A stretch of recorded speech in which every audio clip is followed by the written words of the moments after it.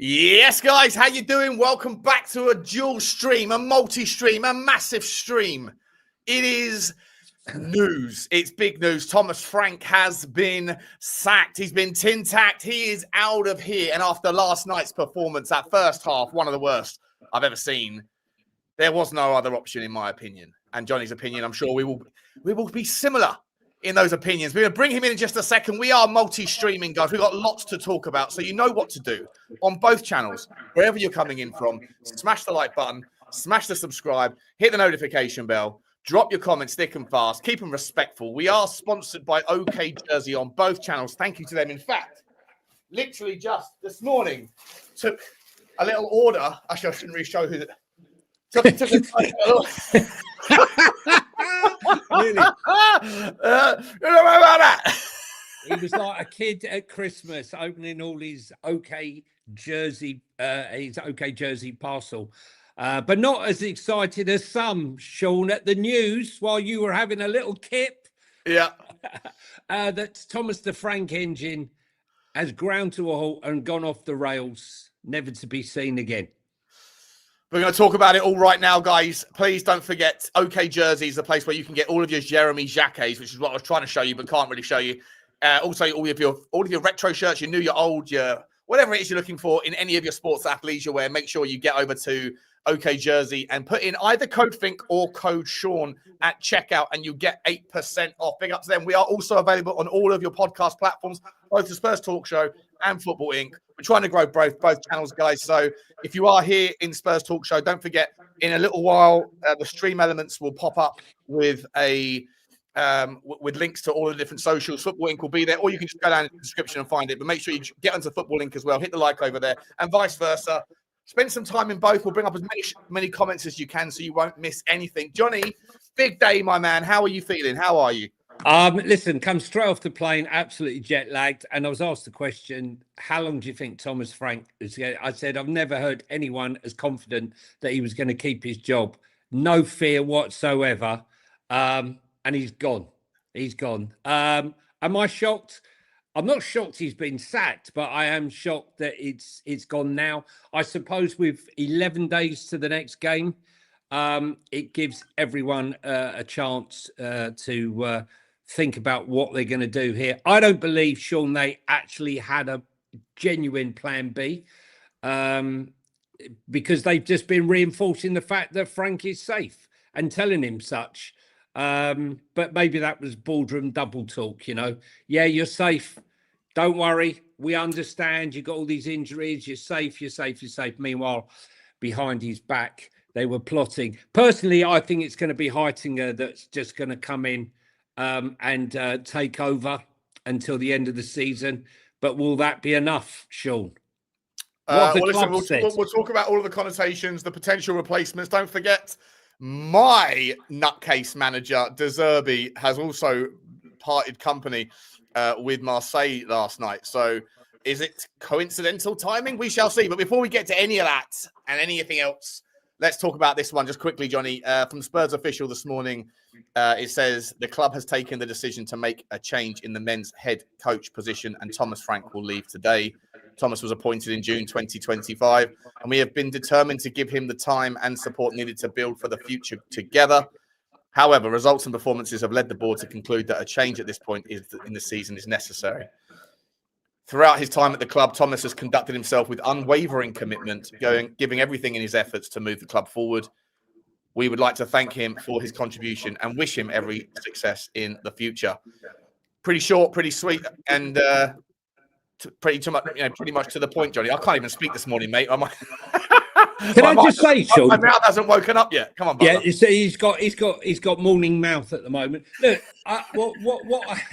what I'm concerned about is the fact that we had a gaping hole. We found out through our friend Gary that and others that, you know, there was a bit of a hole left by Ange Postecoglou in the medical department and various other departments at the club. And they've now been filled by 9 members of Brentford's team that worked with Thomas Frank. Yeah. The question, Sean, if you remove those 9, the house of cards comes tumbling down, mate. It does. I don't think you can remove all of them. You can't. You definitely can't remove all of them. Some of them will probably want to go with him. What about all the medical? Well, I mean, we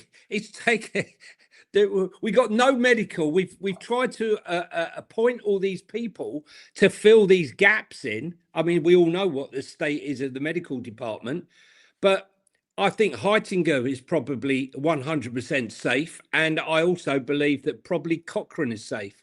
Don't know about the set piece coach, but what about all the other people in the back room? If you have sacked Thomas Frank and the other people that are left decide to stay, but only for the rest of the season, and then they know that in the summer there's going to be a new appointment, and he'll want his own person, his own people, then do the people that will remain behind, do they stay fully committed to the job? Like what happened with when Conte was sacked and that guy, I forget what his name was. What was his name? It was shocking. What was his name? Begins with S. I've got jet lag, mate. But he was shocking. Yeah, he was shocking. Can't think of his name. Yeah. But you know what I mean, though, right? What's the point? Yeah, of course I do. Of course I do. Stellini, big up to the chat. Big up. I told you it began with S. Yeah. You didn't expect me to go more than that, mate. You've got jet lag, and I've got sleep mouth. You got dry mouth. Dry mouth. Listen, what we do know is that I've got jet lag, you got dry mouth, and Thomas Frank has gone off the rails, but he's just about to get a massive payday yet again. Tottenham spend tens of millions of pounds sacking staff. They spend more money sacking staff and stacking managers than they do buying players of quality. It's going to be an interesting one now. It's going to be interesting. Okay, so let's talk about that for a second, right? So before we talk about who we're going to replace him with, let's assume it's not going to be a permanent, just for the sake of this particular point in the conversation. Yeah. If you do sack everybody, you've got no one there. If you don't sack everybody, you've got people that are still employed that aren't going to give a shit because they're going to be out in the summer anyway. So what's worse, having uninvested employees or no employees at all? I don't know. I don't know what we do. I just like, honestly, it's. I think Heitinga is the one that's going to roll into the job for until the summer. Right. Listen, I hear a lot. He's not attached to Thomas Frank, is he? He didn't come from Brentford. He's not. And look, I hear all the noise about the fact that Heitinga was the manager of Ajax and he was shit. It was shit, but context is everything, right? Ajax is his dream. He's come through the Ajax academy. Ajax owes everything he owned to his football career came from Ajax. He was advised by his agent, whatever you do, do not take the job. Don't take the job. And unfortunately, he did take the job, and he's now, he's now in this situation. But his stock at Liverpool and with the Liverpool players is very high. And what I would say is, when he did come in, I know we haven't won, but we seem to be passing the ball quicker and transitions seem to be a little bit better. But look, nothing is bloody perfect here, mate. Nothing here is perfect. Let's be honest. Perfect. We are in deep dog shit. Let me ask you this: how much of the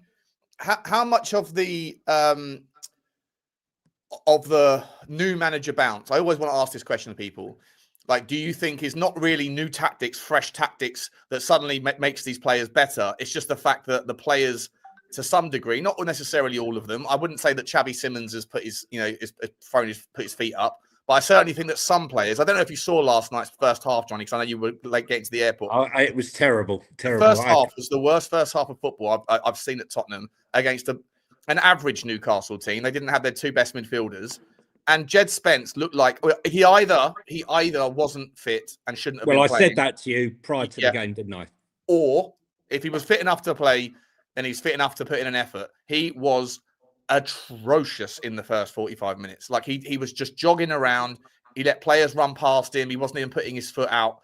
He was absolutely shambolic. And I was sitting there at halftime. I was so angry at halftime, so angry. But he's an example of a person that I think maybe you'll see a better, you'll see a 15% lift in performance And I want to ask you this other question as well. Do you think there might be some people that are on the injury table that might get off the injury table now that there's a new manager coming in? I think the injuries are genuine, Sean. You know, you can't fake an ACL, you can't fake a knee injury, you can't fake a suspension. I think the injuries are genuine, but I would say that the belief element of a new manager could give you 10, 15, 20%, definitely. But let's be honest, right? If we had Ange Postecoglou in now and we were going gung-ho and we had a progressive coach, do we actually believe that we got anyone in the team, or we got enough players in the team, the final third of the team, that's going to actually get us those goals?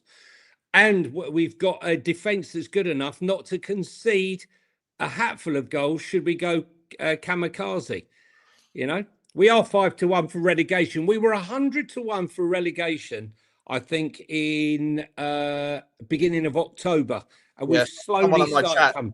Someone in my chat last night said they had they put 20 quid on Tottenham to get relegated at 40-1 like a month ago. Yeah, it's now 5s. 5-1, and it's real. It's real. That's real. I mean, listen, it's a lot more real if West Ham didn't concede in the 96th minute last night, mate. 100%. But I don't believe that the Michael Carrick bounce came about for twofold, really. The return of the players from AFCON and the return to a lot of the players that were out injured. He had a whole load of players all came back. He's got a fully fit squad. Yeah. Anyone who comes in tomorrow has still got 12 players and is massively handicapped. They will be the manager with their hands tied behind their back. Don't make any bones about it. This is not just parachute someone in and it's all going to be all right. Anyone expecting the Michael Carrick bounce in a oneer?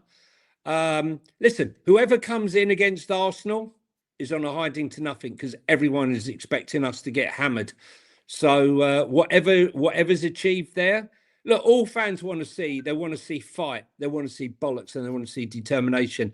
And even though my stream was stuttering every 30 seconds, it didn't look like we had anything. I saw the last 15 minutes of the first half and the second half. And it was poor. There was just that brief moment when Archie Gray put the ball in, but then after that, it never looked like. As soon as we scored, though, that was like it's the same thing again. Again, it's this. It takes two to tango. So, Newcastle come out. I said before the game, I said all Eddie Howe's going to have to do is tell his team to start strongly, start like a hurricane. And if you get the first goal, then you're at least coming away from Tottenham with a point, right? Because Tottenham don't win games that they go down in. Yeah.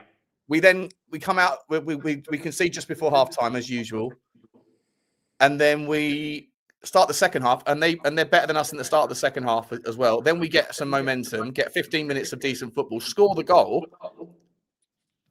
There's an echo again, and then all of a sudden, it's just Newcastle then just took back control of the game, and I couldn't figure out whether or not that's because Tottenham just went, we've got our goal back, let's get back to kind of 0-0 settings and hold on for a draw, or was it Newcastle went, oh no, we're going to re-up now, I mean, Anthony Gordon made a difference last night. Look, let's make no bones about it.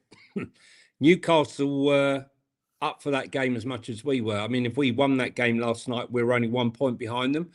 And the conversation then goes about Eddie Howe's job. Eddie Howe, great timing from the Haters TV to put out the video from Eddie Howe last night saying that Thomas Frank is a great coach and having 13 players out would handicap any manager. And I hope he gets time to show what a good manager he is, and no more than a few hours later, he's tin-tacked, he's gone. But the question is, Sean, everyone wanted him gone. I keep asking it, and you keep asking it, who is coming in? Who is realistically coming in? Because look, we all know that Poch is twerking for the job. Apparently it's £16 million to get him and Perez out of the contract for the USA. Oh, that's not going to happen. He'll get Donald Trump will put him in prison. Donald Trump will come for him. The CIA, he'll be abducted in the night. There'll be helicopters. There'll be like Black Hawk helicopters hanging around over Hotspur Way. Where is Pochettino and Perez? They're at Guantanamo Bay. Quite honestly, that Pochettino, he's a really bad guy. Really bad guy. You have to get him out of that Tottenham. Oh dear. Yeah, that's not going to happen. No, it's not. So the answer is, their question is, like, who has got enough authority? Harry, listen, I love Harry as much as anyone does. He's nearly 80 years of age, if he's not 80. Sherwood hasn't managed. He talks a good game. Sherwood hasn't managed for God knows how long. And if he was such a great coach, why isn't he in a job? Right? Quote number two. When was the last time Tim Sherwood was a manager or a coach or anywhere? Exactly. Brenda Rodgers, I wouldn't take him, and nor would he come. His ego wouldn't allow him to come on a temporary basis. So, who does that leave? Crazy De Zerbi, who always starts well, a bit like Conte, Sean. Starts well, goes crazy, everyone loves him, and then all of a sudden he falls out with everyone, threatens everyone, and it falls off of a cliff. And that's what's happened at Marseille. It was an accident waiting to happen. So who else is there? There's sort of two options, right? The only two. Oh, hang on. There is one caretaker that always comes out the woodwork. Ryan Mason. Why? No, please. Why? It's a big Sam Allardyce. I mean, what are we doing here? Why, Hodgson? I swear to you, if one person says, bring back Ange Postecoglou, right? Oh, I've seen it. I've seen it. I've seen it. Someone on TalkSport this morning or last night saying it. Yeah. I mean, come on, guys, we lost 26 games last season, right? If we were playing gung-ho Ange Postecoglou football with this defence, right? Forget about, however bad it is. I mean, forget it. Right, no, Ange Postecoglou is not the guy. But there's two strategies, right? And they're obvious. You either go now and you get someone in on a permanent now that you think that can do it, but I think that will be a panic. Or you bring in an interim. But if you get an interim, you're not going to get a top draw manager. Obviously, no one is in charge. No one who's currently employed is going to leave their job to come and be an interim at Tottenham or to take over this current shit show with the possibility of relegation and the injuries. That's not going to happen. So you either get someone that's out of work on a permanent or an interim, or you get someone that's still in the club or someone that knows the club to take over until the summer and hope that that's enough. Now, look, you said about De Zerbi, he starts well. Well, to be entirely honest, mate, all I care about right now is if he starts well. That's all I care about, because I am terrified of spending next season in the Championship. I don't want to go to Millwall away, Johnny. I don't want to go down there. I don't want to go to Charlton. Millwall are coming up. Hang on. Millwall are coming up. Millwall are going to pass us in the fucking passing ships at night. Oh, my God. You can just see it happening. Listen, look, I just need a realistic, we got 13 games. Is it 13 or 12 games left now? 13 left. No, 12 left. 12 left. Is it 12? Yeah. 12 games, right? You need 4 wins. How much are you charging? You're the manager now. Hey, you want me to get you out of trouble? How much you paying me? How much to save? Harry would be negotiating a £5 million £5 million survival bonus. Yeah. There will be a survival bonus. Yeah, the greatest thing he's ever done. He'd be bringing back Corluka, veteran Corluka, and a few others. I think we could get Nico Crencher. Bring back Crunchy, get him in the coaching team. He knows a thing or two about trouble. When I was at West Ham, bring back Jermaine. No, David Bentley. Forget him. No, don't want Bentley. Yeah, listen, I think that, to be honest, right, for me, it goes in one of two ways. You either stick with Heitinga and you let him have it and you hope for the best, or you make a decision that Pochettino, you're not going to get Pochettino now. So you either wait, that's the plan, or you go after someone like a De Zerbi. For me, De Zerbi would get us out of trouble, and I think he'd be exciting to watch. I think it'd be a car crash in the end. That'll be fun. You know. Well, it's not a car crash now. I feel like I feel like the car's flipped over and we're lying in a ditch, Sean. We need someone to put us up the right way and get us there. I'd say the same. Give it to Heitinger. Heitinger, yeah? Yeah. He's worked. Armsy saying Heitinger was terrible at Ajax, but Ajax were a shit show. Yeah, hang on a second. Right, so can we, Barney, for context here about Heitinger, like I said, he was at Liverpool, yeah? He was at Liverpool with a really good rep, right? Liked by the fans, liked by the players, liked by Arne Slot.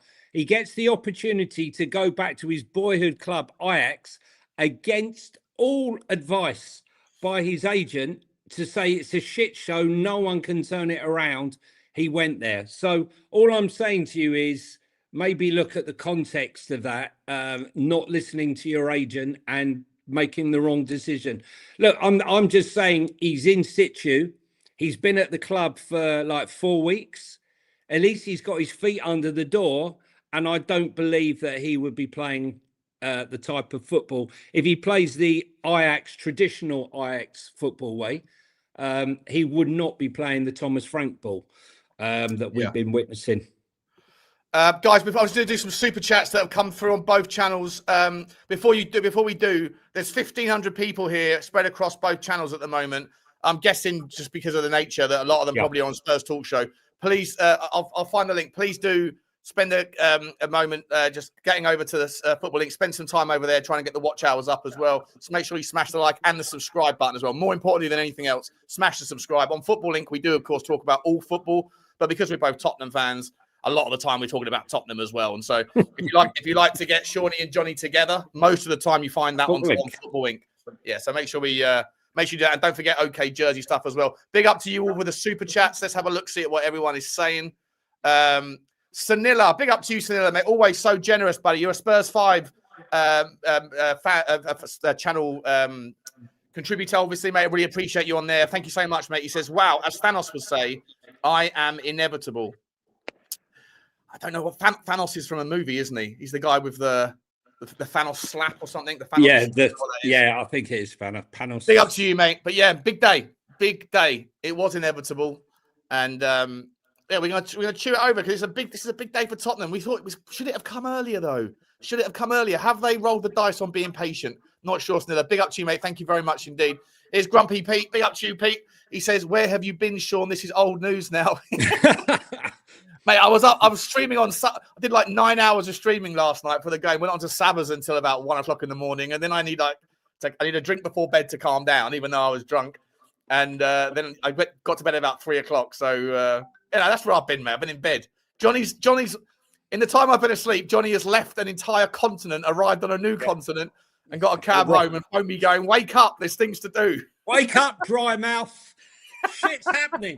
Shit's going down. No time for sleeping." Big up to you, Pete. Barney 2909. Big up to you, buddy. He says, goes to show. 1 second. My bad. Goes to show the shambles of a club we are. The only question Frank had any conviction in answering was whether he'd retain his job. Spot on, mate. Spot on. Right decision, but by God, what a mess. Big up, guys. Barney, mate, that was mad. Like he looked absolutely beaten and battered last night. He looks like he's aged 25 years. He looks like he's been in a prime ministerial or a president's role. He's aged so much in those 6 months. He looks exhausted and shattered. But the only answer that he gave any conviction in was regarding his own job security. Big up to you, Barney. Thank you very much for the generous super chat, my man. El Dante says, Frank sack party. Come on, you Spurs. Hope everyone is well. Listen, I'm not celebrating that he's gone. I was never Frank in. I was never really Frank out until last night. I kind of was like, I don't know where we go if we get rid of him. But after last night, I was thinking, if we stick with him, I do know where we go, and it's down. So difficult decision to make, but whether they left it too long, I don't know. Big up to you. Paul de Burden and Felter up in the Uber says, Spurs boss sacked by crap Gooner. That is shocking. Does Vinay have anything? Do we have to have a little pop of Vinay, Johnny, for his start at Tottenham? I think, look, he obviously thought that he could do an Arteta and let him ride it out. Look, I do feel a little bit sorry for Thomas Frank with the injuries. I think, I would be 100% jumping on board if this football was the type of football was exactly the same as this, with, like, say, 5 or 6 of our players back, like with Kudos and with, maybe 2 or 3 other attacking options, and we were playing like this. Got to go. But to have now something like 12 players out, I mean, it's crippling for any manager. When I see the press going on about Aston Villa have fallen on hard times. They've lost Tielemans, they've lost McGinn, and they've lost Onana, and they've lost Kamara. Big fucking deal. Big deal. Like, you lost 4 players, right? Now have some empathy for a team. 4 players this week. Yeah. Right, that have lost, 12, 13 since January, since that window opened. So where I do blame the club and Johan Lang, for me, the person that's got to follow him straight out the door, Sean. Yeah. Johan Lang. Yeah. GTF. Yeah. GTF, it's time, mate. It's time. Yeah. Take him with you. Your recruitment sucks. It was shit under Ange. It's been shit here as well, right? Got to go, mate. You couldn't sell Santa Arabs. He's got no personality. And I'll tell you what. Neither of them do they really? Neither of the Danish house mafia do. No. Well, maybe now we might see the case of Fabio might come back. Fabio wishing now that he hadn't gone. Hey, I'm back, guys. Hey, I didn't mean it. I didn't mean it. I am sorry. I only left because of that clown. You have listened to that clown over me. I said that I do this and I do that, and you don't listen. Oh my God, there. Yeah. Bafangu. Yeah. Listen, but I do want to talk about that in a minute, because I also think that we have to talk. Why was Charrington there last night? Was it because in the event of a loss? And by the way, what is Charrington's purpose anymore? He was the finance guy that came in to facilitate the fly on the wall for Daniel Levy to make sure that any sale was going to happen, that Levy wasn't cop-blocking it. Levy's now gone. They've ended up cancelling their deal with the Rothschilds. What value does Peter Charrington actually offer anymore, apart from being some sort of, like, I don't know, go-between between Vinay and people that don't have a fucking clue about football anyway, and the Lewis children? I don't know. Let me, what's that one saying? Johnny was so against Ange, who got us a trophy, but so soft on Frank that has been the worst manager in Tottenham history playing football. Make it make sense. Johnny? Yeah, listen, I think both of them have been shit. Sorry. I thought Ange was clueless, absolutely clueless. We won a trophy. I get it. We lost 26 games last season, guys, right? And we changed. I think the players won it. When you get to the semi-final of a tournament, players don't need incentive. They want to win it, right?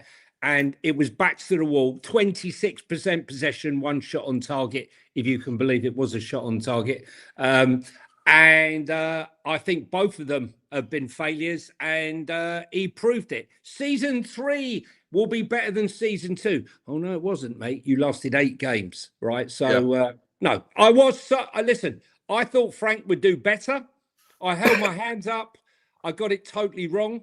Shit happens, and you do get it wrong sometimes. And I definitely got it wrong on Thomas Frank. And Thomas Frank joined a long list of players who have come from lesser clubs and gone to bigger clubs. Roy Hodgson going to Liverpool, failed.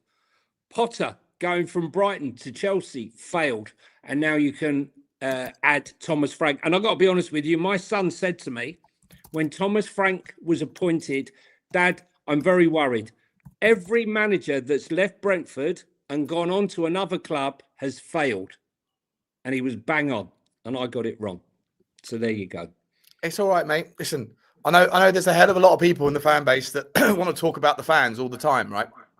And people in the chats that want to just come after people. I've been on the receiving end of it with the Daniel Levy stuff. When Daniel Levy fucks up, I get, like, vitriolic abuse, you know? But, like, it wasn't Johnny that hired Frank. Johnny's opinion was Tottenham that hired Frank, right? It wasn't Johnny that fired Ange. It was Tottenham. Johnny just happened to have an opinion at the time, and yet the fans want to go, Johnny, this is your fault. It's all your fault. Yeah. Listen, I got to be honest with you. Thomas Frank wasn't my number 1. Yeah, I know. So, yeah, of course. Yeah, exactly. Yeah. Who was your number one? Well, Glasner, wasn't it? Glasner. Yeah, but originally my number one was Slot was number one, Amorim was number two, and Glasner. Mate, yeah. Learn a little bit from the departed Ange, right? When you say one thing and it doesn't work out to be good, leave that in the past and focus on the things you had right. Don't ever mention that Ruben Amorim was your number two ever again. Listen. You got to own it, Sean. You got to own it. And let me tell you, the reason Sean, why, Johnny, the reason why there's so many people who still hang on every word that Ange says is because they forgot that Ange also promised us a title charge in our second season. Like that sort of, he didn't mention that shit again, you know? Yeah. What do you mean? No. We're going for the title. We're going for the title, mate. I don't know what you're talking about. We're going for the title, but when I mean the title, I mean the trophy. And that's let me tell you, before they appointed Frank, many, right? Well, lots of Spurs fans spoke about Ruben Amorim because he was highly rated coach, right? But he was arrogant and he refused to change. And let's have a moment's silence now for the poor guy who's now not going to get his hair cut. But he's delighted. He's delighted, mate. His career was almost over, Sean, last night. His career was over. At least another year. He's got at least another year. It might be till next year. I mean, are Man United going to win 5 in a row this season? I don't think so. Yeah. Do you reckon at some point he's just going to go, fuck it, I'm just going to get my hair cut anyway and like just disappear? No. All the sponsorship, all the hair gel. Yeah. Vidal Sassoon. This could be. What someone in the Spurs community should have done, they should have done the same thing. Maybe, but win 2 games on the trot. Yeah. How long would you? How long would I might go on a hunger strike until Tottenham have 3 days without a shit show. I'll finally get down to my fighting weight again. The Bears Cave says new interim manager bounce, 3 wins, then regroup. Yeah, that's all we need. We need 3 wins. 3 wins in 12, right? Liverpool away, Chelsea away, Arsenal at home. We've got Leeds at home, though. We've got Brentford. Have we got Brentford? No, we're done with Brentford. Yeah. Done Brentford. We've got Wolves away. I think we're finito. We've got Forest. We've got Forest again, haven't we? Forest at home. We got Forest at home. Yeah. Anyway, well, listen, we need 3 wins, I think. 3 wins and a couple of draws, and we should be okay, but we'll see. Big up to you, Bears Cave, my man in Woking. Hope you're okay. Box Kev, my man in Philadelphia, San Fran. It's early for you, mate. Gee whiz. What time is it where you are? Mate, where I am. He's having his middle of his night wee. He always, whenever I'm up early doing this and he pops in, it's always his. He goes, I just got up from my middle of the night wee and then saw you were on, Butler. So I had 6 o'clock in the morning. It is for me. I think I'm still on Miami time. So it's 3 o'clock in the morning then, or 4 o'clock in the morning or something in California, right? Yes, 3 hours behind Miami. Yeah. So, Kev, didn't your mum ever tell you nothing good happens after 3 a.m.? Get yourself back to bed, lad. I appreciate you though. Thank you very much, mate. Very, very cool. Always supporting. Always generous.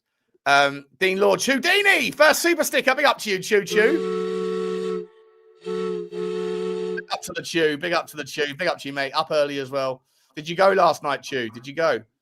What was it like? You asked me yesterday. You said, Butler, why aren't you going tonight? Get back to the stadium. For what are we doing here? That's why I'm not going to the stadium, mate, because it's just not worth my time. You must live somewhere close. You must live close to the stadium to justify it. Big up to you. It was like a punishment. Was there trouble with traffic last night getting to the stadium? Because I think my son arrived really, really late. Oh, I couldn't give my tickets away, Sean. No, right? Neither could I. No. Well, on Spurs 5, after you left, on Spurs 5, Stel said you can have my ticket. Anyone who wants it, just get your CRN. I said, I've got one as well. Lubo said, I think I've got one as well. And then, there was 4 other people in the chat going, we've got ours as well. We can give it away.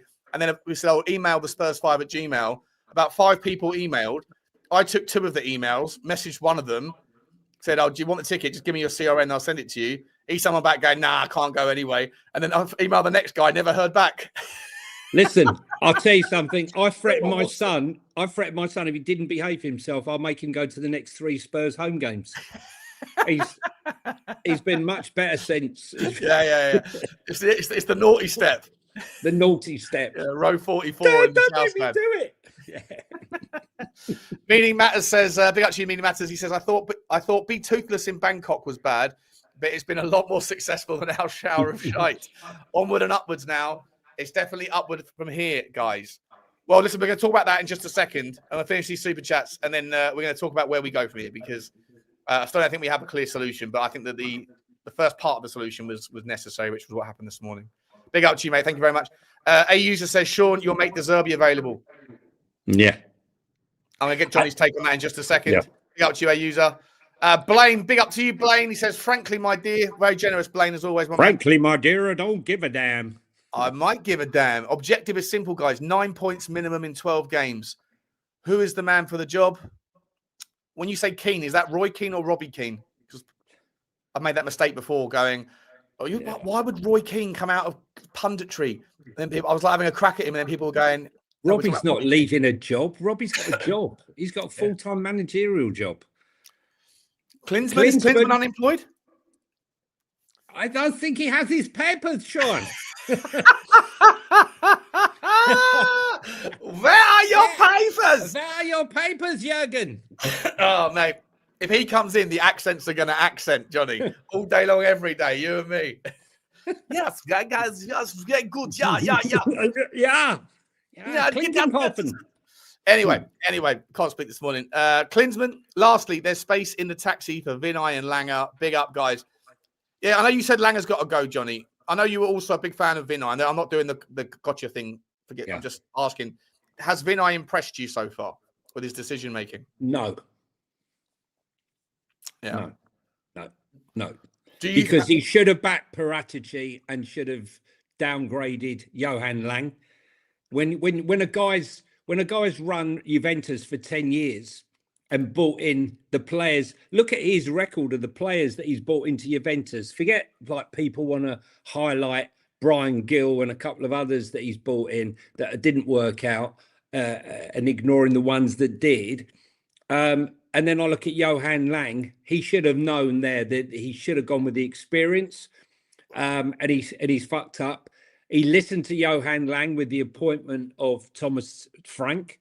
They were like this. They were walking around, not arm in arm. And it got to the stage where, let's be honest, Fabio turned around and said, I'm not doing this.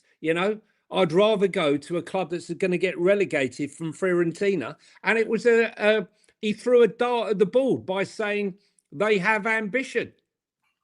Yeah. I think it's time for this lot to sell up, Sean. Unless they have a plan. I'm going to reach out to my DJ today. Listen, look, I'll be honest with you. The only person that's smiling and laughing today, big up, Blaine. Thanks, is mate. One Daniel Levy. Yeah.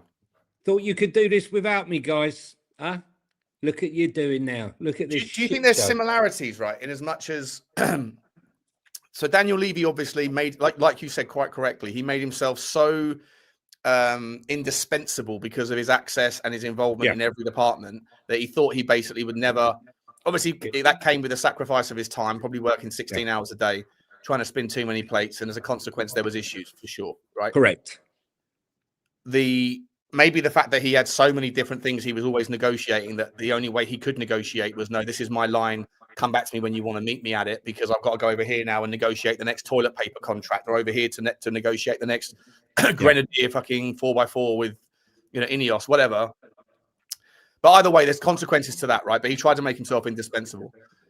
Do you think that Thomas Frank's approach to recommending everyone from Brentford was his own attempt to try to make him indispensable, because he was filling the room, filling the club with people that were sycophants of his own ideas?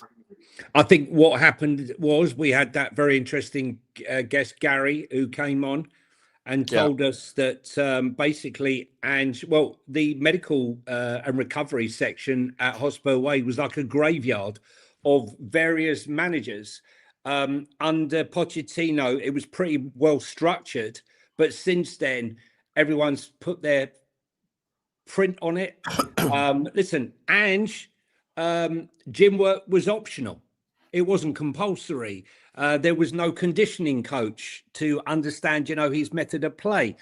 And the fallout with like the likes of Jeff Scott and all these other members of staff who had been at Spurs for quite a long time, they all left, and we all know what happened. Bundles and bundles of injuries. So what they tried to do was to fill all those gaps that have been left with the people that left under Ange Postecoglou in that final season. And it's taken a long time. And it just so happened that a lot of the people come from Brentford, nine from Brentford in total. So yeah, and maybe you're correct. How many of them? Yeah, well, I don't know, right? But I saw rumours on Twitter this morning, or was it last? Well, I saw it when I first woke up, but I don't know if it was sent last night.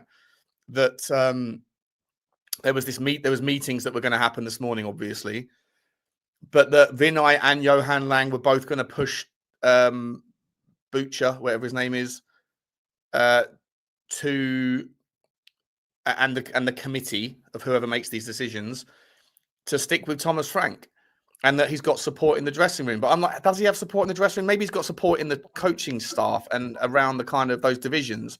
And so, like, listen, Johnny, we're all humans, right? Even though Thomas Frank is a nice guy, he's a very nice guy, right? He's a sweetheart of a human being, but you know what?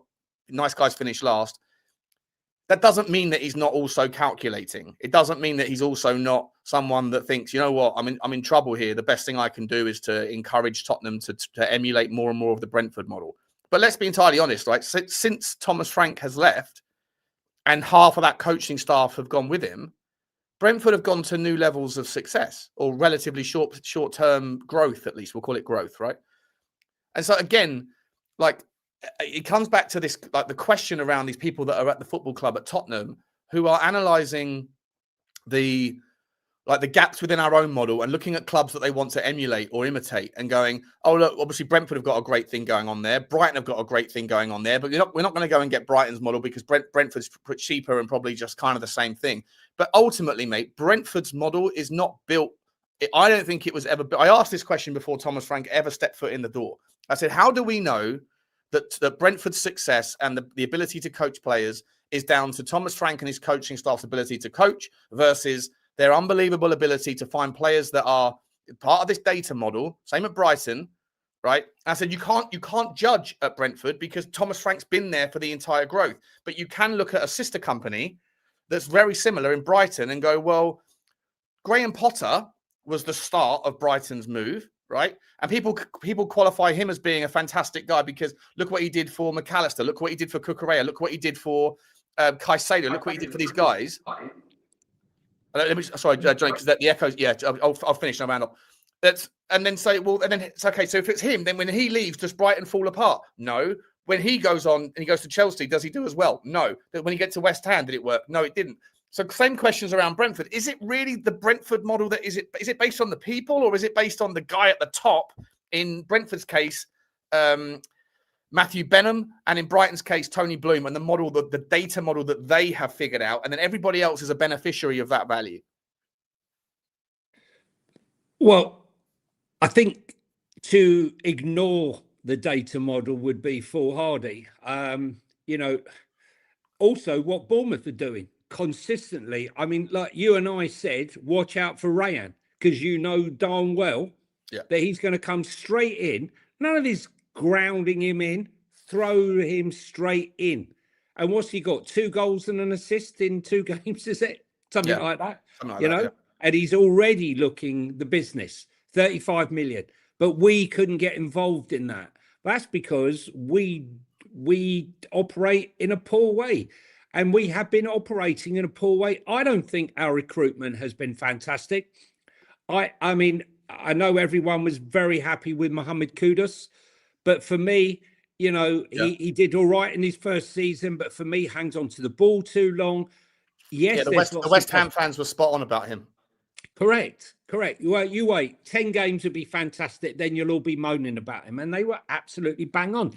And let's be honest, Xavi Simons, right? Well, the Leipzig fans that I spoke to on Twitter were bang on about him. He will struggle at the start, but you'll never see a guy who tries harder and will figure it out in the end. And well, I think he is figuring it out. Yeah, he is figuring it out, and he's got stronger. But what I'm saying to you is that remember that Xavi Simons was 5th choice. He came after Eze, after Morgan Gibbs-White, after Morgan Rogers. Yeah. And so, you know, and that only happened because they ended up going after Garnacho, Chelsea. Simons was hoping for Garnacho, but Simons you can see the progress in Simons, but a lot of, you know, Brendan Johnson, £47 million when Brentford had a bid accepted of 35, and we ended up paying 47. I mean, what was going on there? You know, Dragusin, right? The amount of money that we paid for him. Look, there's been so many poor deals under Johan Lang. I'm all for getting rid. I'll be honest with you. And I do think that if Poch comes back, we will start to see Poch. One thing I never saw, when all the academy games I went to, Sean, I never, ever saw Ange Postecoglou, ever. Right? Again. Yeah, I didn't see him. I went to a couple. I went one with you at Arsenal. I went to another one. I forget. I never saw him. I never, ever saw him, right? But Pochettino went with Perez to the games, okay? And you could see that relationship because he understood, he understands, and he's spoken about from the start of his time at Tottenham, or after he'd been there a few years, and he knew that he was part of the furniture. I think he understood it right from the off. I think he understood. Look, remember what he did at Southampton. Remember the players that he gave game time to. But who were the players that broke through to the first team from our youth team under Poch? No, I'm saying that he would. Well, I suppose you could say Harry Winks.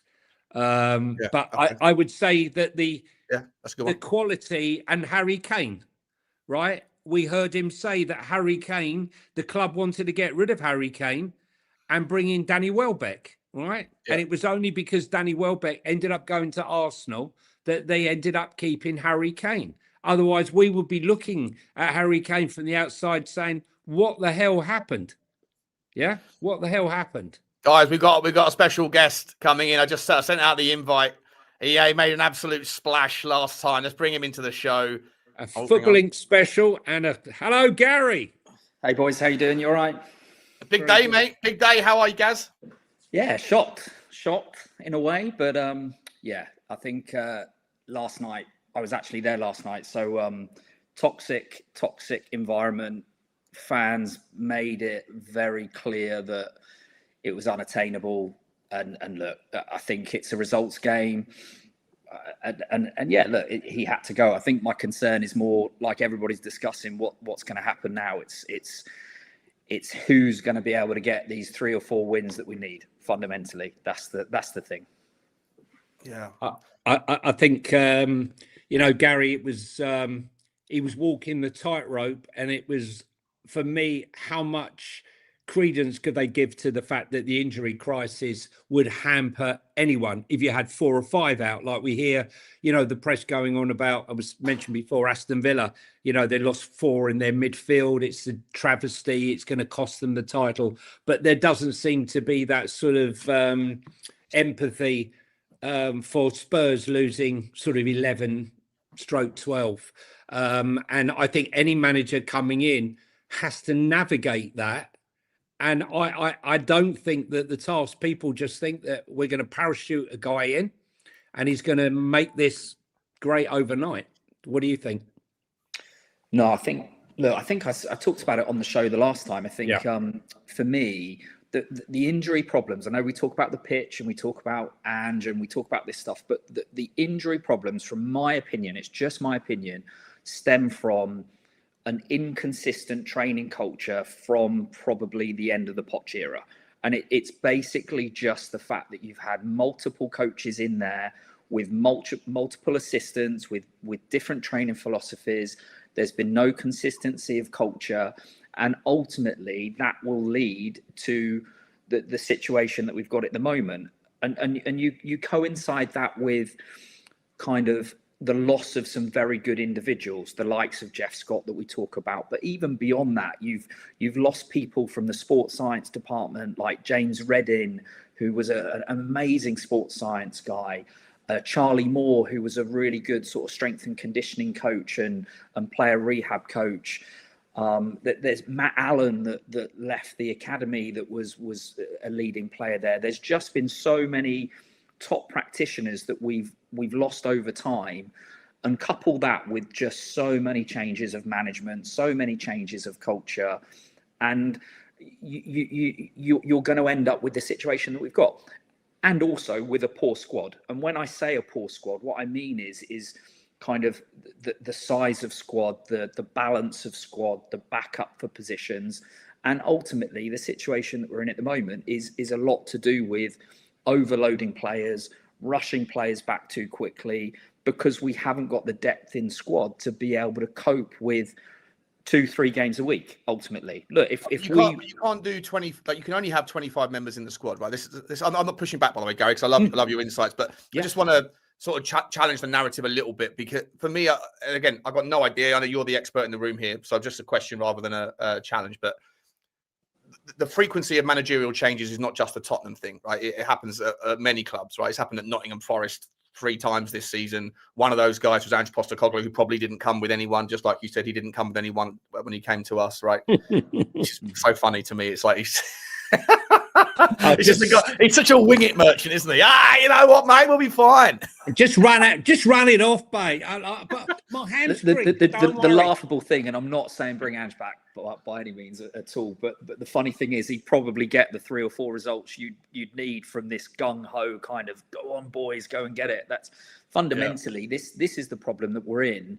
That to get that bounce, like, it's difficult to get that bounce. I know what Carrick's done at Manchester United, but the Manchester United team, and I think this probably magnifies my point, the Man United team at the moment is playing 1 game a week. They haven't got an injury crisis, and Carrick can focus on making sure that those 11 players deliver ultimately. Right. And that's what I mean about kind of squad depth and squad breadth. And I know that we talk about the academy and we talk about this, but look, I watch academy games. A lot of the players that we think are going to be these great players, they are not ready for the first team. And when a manager's job is on the line, he will always put his faith, generally, especially when we're in such dramatic situations, he will always put his faith in a senior player rather than an academy player. It's why Bissouma has had some game time recently. I mean, it's all of these little, and look, these are all little micro sort of circumstances that have gone against Frank, because ultimately Bissouma was high and dry. He was gone. He was going to be sold and wasn't going to be allowed back in the squad. But because of the injury crisis that we've got and the lack of faith in the academy quality at a very important time for the team when results are important, Frank put his faith in Bissouma again to go, look, please get a performance out there for me. So these are all little kind of things, but when you put all of these little things together, you get the situation that we've got at the moment, which is the fact that the squad isn't strong enough. The performance team and rehab team is broken to a degree. The players are overloaded. The players aren't getting enough recovery time. We're rushing players back too quickly. And it's just, for me, it's just more of a cultural problem in terms of that performance and rehab, coupled with poor acquisition, not enough balance in the squad.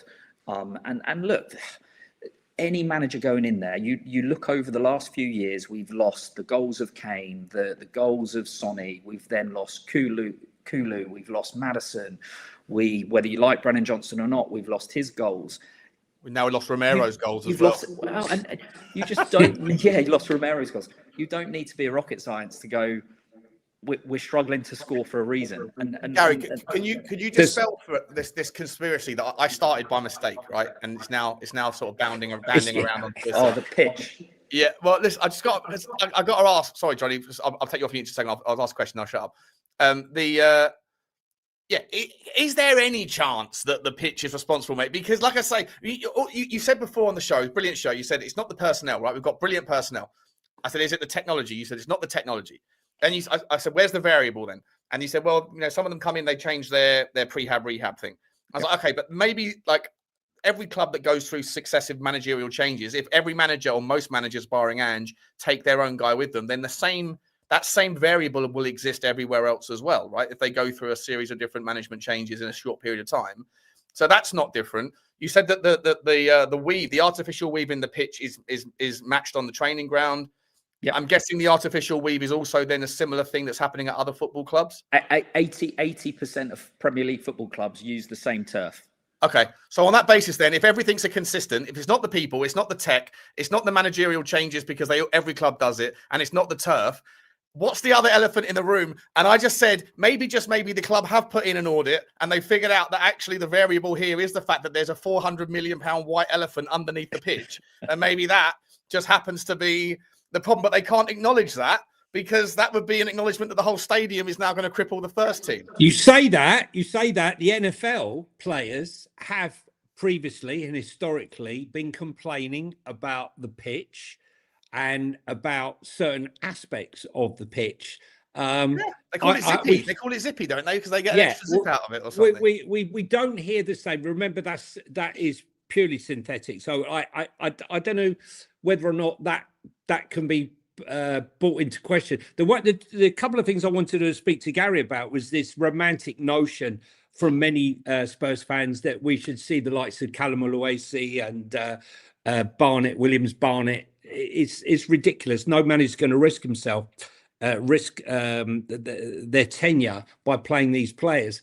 My main concern now is the fact, having gone and tried to fill the voids that you were talking about with these gaps with the staff and the medical team, the 9 former Brentford staff members that have come in now, can the club really afford for these guys to go? Because where does that leave us now? We would put us back to where we were in the summer under Ange if that was to take place, where we've got far too many holes. We'd be like a Swiss cheese with no support mechanism. Look, I think with all of these announcements, you'll probably find that there will be a secondary announcement either later on today or tomorrow morning that will probably indicate that a few people will follow Frank. I don't think every single person that he's brought in will go, but I think certainly some people that he brought in potentially may go. I think recently they have tried to recruit the medical department and the performance department in a way that they independently yes. to the coach to a degree. So I think that helps. I think a lot of it comes down to who comes in from an interim perspective, full-time perspective. I think ultimately, look, again, knowing how football clubs work, look, I know we always sort of criticise Spurs that we're unprepared and we haven't got a plan B, but they will know who they potentially are bringing in. They would have been having discussions over the last couple of weeks. There's absolutely no way that they haven't sounded out a number of people, both from a permanent perspective and an interim perspective. It's just not the way that football works. I mean, it seems like that to us, that everything's unprepared, but it just isn't. My job is safe. My job is safe. No problem. Yeah, exactly. But look, I think for me, the way that I look at it, look, everybody looks at the Poch era as this defining, amazing era that we had, and it probably is in the modern fan base time. Look, some of us can remember back to the 80s and 90s and stuff like that, and even further. But certainly the Poch era was the era that we reflect on. And having worked for Tottenham in that era and worked very closely with Poch and his team, the key to that was that you had a very good team. Poch's team is very good. The 4 or 5 people that he has is fantastic. And that coincided with Is it still Tony and Jesus? Yeah, still Tony, still Jesus, still his son Seb, who is sort of head of sports science. Yeah, really good guys. But that period was that we had a really young squad. We had a squad that were open to a style of play and were prepared to listen and develop over a sort of a 4 or 5 year period. And I think people forget that the age of squad that we had at that point. We had, yes, the Hugo Llorises and a couple of others dotted in, but it was a fairly young squad. They were all in their early 20s, their mid-20s. They all had engines. They were all really sort of open to that high press game that Pochettino played. And their work rate and their numbers and their stats were phenomenal. I mean, there was nobody during that period that ran further than Tottenham Hotspur. The players ran further than any team in the Premier League at that time. So I think, look, I'd love to see Poch back and I'd love to see the team back, but I think that the timing of everything is critical here. And look, there's options that they can look at. There's interim. I know we joke about Ryan Mason, but Ryan Mason's very well regarded by Pochettino. You only have to listen to his recent performance podcast that he talked about his admiration for Mason as an individual. And it could be that you get Mason, Tony, Seb, Pochettino come in on an interim basis and hold the fort while we're waiting for Poch for the summer. You don't know if that type of thing could happen. Look back over the years, the likes of Alex Ferguson, he managed Aberdeen and Scotland at the same time. It's been done before. Roy Hodgson did it as well. So he was a club manager and an international manager. How do you think Donald Trump would, Sean and I were joking before, would Donald be okay? Would the Don be okay with a dual? Well, honestly, we're going to be sending in some helicopters. We're getting him out of there. He doesn't do that to USA. No, sir. No, sir. I think soccer is. I'm going to say soccer because we're talking about USA. I just think it's not that important to them, ultimately. And I think look, if we really wanted to go after Poch, they could go after him if they really right wanted now. to. Yeah. No, come on. Yeah, they could. There will be World War III. It won't be Russia, Ukraine. It won't be Palestine and Israel. It will be Tottenham Hotspur and Pochettino. We'll see. It's not going to happen. No chance. It's their host World Cup. It's their host World Cup. They will literally put up the tariffs. I'm putting up the tariffs. And all those shirts out of OK Jersey. We'll see Poch and Jesus right at Guantanamo Bay blindfolded. Yeah. So the question, it's too important. It's their host World Cup. The embarrassment that we would put on the USA national team. No, but I think, but that's what I mean. I think there could be a real interim hybrid kind of model where look. Pochettino's team is a really good team. Like Jesus Perez could be a coach in himself, as could Tony. They're independent guys that are good enough to manage a team. And I think if fundamentally the fan base knew that this was an interim kind of structure until Poch returns in July, ultimately, because let's be honest, look, the USA aren't gonna do anything unless they pay for qualification. He's going to be allegedly. He's going to be available. So look, if we really want him, we could get him. But who knows? They might have somebody else. They might have somebody else in mind. Jesus is interim. We really want him, but there's no chance we get him before the summer. What are you saying? Jesus is Jesus is interim. Johnny, call him by. It's Jesus. Jesus. Yeah, he's Jesus to me. He's Jesus to me. If he can listen, we're looking for a miracle, right? Yeah, we got to wait till Easter for that, mate. You know, the third day. Easter's coming. We're looking for an Easter miracle. Yeah. Listen. Look, Poch. We're looking for someone that can turn water into wine. We've had two managers that turn wine into piss. So we need somebody. We need somebody. I don't think Ryan Mason is the answer, and I think that will not appease fans if Ryan Mason was brought into this club right now. And I think that's the key element. I think the appointment has to be one that unites a broken fan base and motivates a fan base. I think there's a non-big name is not gonna. I don't think it's gonna hit very well if we go and get a De Zerbi or another manager of that ilk. I just think it's not going to have the reaction that's needed. I think the board aren't stupid. The board would have listened last night. The chants, what was being sung out there, they can't go and recruit an Italian Thomas Frank, which is what De Zerbi is ultimately.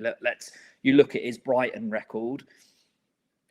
Average, it was a 7th and 11th place finish, and he comes with all of his kind of Conte type fire. I don't think they can take a risk. I think it's either going to be an interim till the end of the season and we just hope that we get these 3 or 4 wins, or it's got to be something big. It's got to be, they've got to go to town and get somebody big, but I don't know who's there at the moment. Yeah, listen, I mean, we haven't spoken really about it, but De Zerbi obviously has become available, left Marseille last night. Look, I love De Zerbi, and we know that Paratici wanted De Zerbi before they appointed Thomas Frank. I think that was part of the reason why the relationship between Paratici and the others in the recruitment team was always a little bit, abrasive. For me, De Zerbi, listen, I put my general stance on where do we go from here. I don't care. I've got no idea what the right solution is for now. Obviously, in the summer, you just got to find a way to get someone in that can get us 3 wins, right? 3 wins plus the gap. Survive to the summer. Survive to the summer. Through, right? But if they want to decide to go for it now, or even in the summer, and they go down the De Zerbi path, first of all, it will be chaos, right? But I love him. Chaos can be fun. I don't think he's the solution, but I don't think Pochettino is the solution either. For me, the solution has to be broader. It has to be, and this is why, Gary, I love having you on. I never actually got to hear your answer, whether you actually can dispel the myth. Is there any chance at all that is there any chance at all that that's affecting the injuries?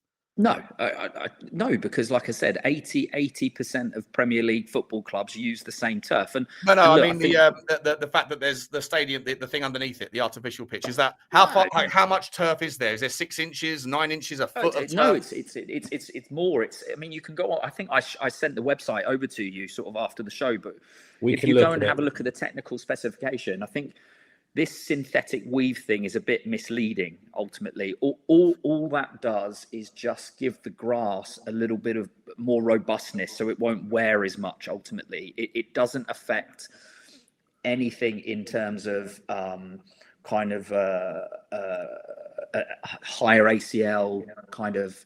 you won't get a 70s pitch, Sean. 1970s. No, I hear that. But like you see Odebear, like almost slipping, snap his knee as he landed yesterday. His knee buckled inwards. I hope that's not a bad one. It looked like it was bad, but just the frequency. I mean, there has to be something that is materially different about the setup in Tottenham than there is at other clubs. And like I say, Gary, I've asked you about these things, and you're saying that all of these things are top notch, top draw. Totally trust you and believe you. Yep.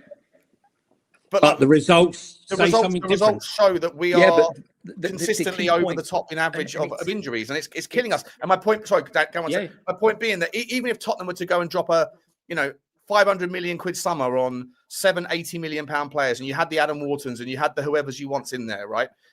You still only have 25 players, and if by January you've got 13 players out again, you're in exactly the same position.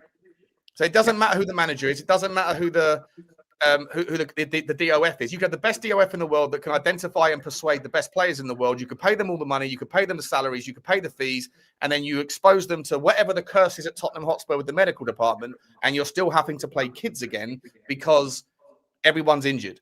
It can't just be that we're buying players that are injury prone, and that's the problem. Maybe it is. Maybe that's the thing. Maybe our profiling of talent is we're not looking into their injury history enough. I'm just trying to figure out, because that to me, until you solve the injury crisis, Gary. Hang on, Sean. Yeah, Sean, just to add to that, we have been signing players who have got a clean. I mean, Micky, Kudos, both had, very good history records, injury records. Rechalison as well, apparently. Yeah, and look what's happened. Yeah, and look, I think it's such a loose term, and it probably doesn't resonate with a lot of the fan base because it sounds a bit woolly in its response. But you cannot underestimate what a poor performance culture can do in terms of not having sort of compulsory sessions, not having double training sessions, not having compulsory gym and prehab and sessions and things like that. And I've seen that since the Pochettino era. I've seen coaches that have come in and there's been such inconsistency. There's been coaches that don't have compulsory gym sessions. They see the gym as something that is only used when you're injured and you shouldn't use it. So I think what you end up getting is you end up getting a group of players that aren't as resilient or as robust as some other squads, because of the way that the culture is being kind of delivered on a day-to-day basis. You then combine that with historic injuries. So you look at Frank coming into this season. I mean, Frank coming into this season, Solanke was out. Maddison had a knee injury anyway that was already there. You had a few other players like Udogie that have been injured. So he inherited a squad that was pretty much broken. And we haven't really, in my opinion, we haven't built a squad that can take 5 or 6 injuries ultimately, because the squad quality isn't good enough to do that. And that's where I listen to Sava and the like. Sava's quite right. I think Sava is one of the good YouTubers that talks about squad quality. And this squad quality is not where it should be in terms of the 23 to 25 players. If I look at how good that squad is, it's not to the level it should be. Well, in technical ability? Technical ability, physicality, attitude. I think I don't see too many. There's probably 5 or 6 inspirational people in that squad. I think right, but that's different to injury proneness, though, isn't it? Like if you had a fully fit squad, like Manchester United right now, you guys are correct when you're saying no injury crisis. If Tottenham Hotspur have Dominic Solanke fit at the start of the season, Richalison on the bench, if you have Mathys Tel, Odegaard, Kudus, Maddison, Kulusevski, all fit, right? You have Bentancur, Polinia. Different conversation, mate. It's a different conversation for me. But the fact is, we can't get. We've never. Thomas Frank has never had a fully fit squad. Ange Postecoglou never had a fully fit squad. That's not the same at other teams. And so I can't believe that there's not some element to the story that's being overlooked here, because it's disproportionately affecting Tottenham to such an over-exaggerated extent that there has to be something that is different in the Tottenham ecosystem.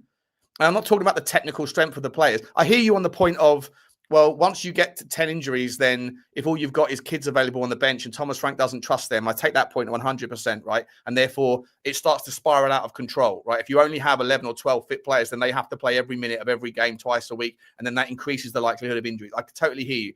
But the injuries that we're getting, for the most part, are random wild ones, like twisting knees or dislocating knees, like in the case of Kulusevski. What happened to Dragusin was horrendous. You know, obviously Kevin Danso was a freak thing where he kicked someone's toe. It leads you to believe if there is no anomaly to the method, Gary, it leads people down the conspiracy theory that we're actually we're cursed. Someone put in the Arsenal shirt in the stadium build. Well, I think I actually think that Gary sort of answered the question. And this is the way I'm going with it, is this stop-start culture with every different manager having his own set of ideas and his own staff. When you got Ange Postecoglou, that gym is voluntary. I mean, when I heard that, I thought, what are you talking about? How can that possibly be true? You're a professional sportsman. This should be compulsory without question, you know. And, Gary was saying, they set up a gym for warm downs or warm ups or whatever you call it in the stadium. Wasn't used, right? Then you got another manager who was in before, had a different method. And I think all these, I always call them a smorgasbord of ideas, but no one lasting more than sort of 18 months in situ as a manager. You've just got graveyard after graveyard after graveyard of coaching, sort of from a medical point of view and the training point of view. And that, I think, has exacerbated not the whole reason and all the reason, but I think it's probably not helped, Gary. What do you think then? Yeah, look, it comes down to culture. I keep harping on about culture, but it comes down to what Pochettino and his team did really well is that they provided an environment where those players did not want to leave the training ground. They were prepared to do double sessions. They were prepared to do compulsory gym sessions. They were prepared to do all of their rehab, all of their prehab at the training ground. And that was a culture that was driven by Jesus Perez to go, look, we will give you the best service for you as a player at this training ground. Just stay here. An example that I can give you, which is a really current example, is that more and more players at Tottenham are now using their own performance coaches outside of the training ground, because they don't have the faith in the historic culture that's been led by multiple sort of staff changes. People forget somebody like Jeff Scott, who'd worked for Tottenham for over 20 years. Those players trusted that physiotherapy. They trusted what they were getting from that individual. Some of the closest relationships in football come between the player and that rehab person, because ultimately you look at Maddison, who is going to be out for sort of a 6 to 8 month period. The relationship and bond that he builds with his physiotherapist is a really close bond. If you as a club then start stripping out all of these people that the players have got used to, and you're bringing somebody new in, and I'm not saying that the new people aren't good, but it's a breakdown of trust. It's a breakdown of communication. It's a breakdown of consistency in rehab protocols. Players will go and get kind of rehab elsewhere. I mean, you only like Richie and Romero, like Richie, right? And you only have to go onto Udogie's social media, and Udogie posted something out last week where he's gone to a hyperbaric clinic on Chigwell High Street. Why is a Premier Football club going to a sort of a longevity clinic outside the football club to get some hyperbaric treatment? It's outrageous. It's outrageous. Yeah. So I think they've got the hyperbaric. They've got the hyperbaric thing now. Right? Yeah, they've got hyperbaric. That they're not probably the best units there, and they need to be looked at. I mean, that's the joke. But that okay. Well, there you go. Okay, so it's not. So we're not best in class in every area of the. But look, stuff. the thing is, I've always said this. When you have a racehorse, when you look at a racehorse, and it's cost millions and millions and tens of millions. I'm talking about thoroughbred flat racehorses. They spend fortunes in thermic pools and this and that. They spend absolute fortunes. And yet we have thoroughbred athletes, which they should be, no expense, like cryo chambers, right? You know, I believe Conte was complaining that he didn't have one, right? Yeah. And, you know, he had to kick up shit because they're very expensive. Shouldn't even be in question, right?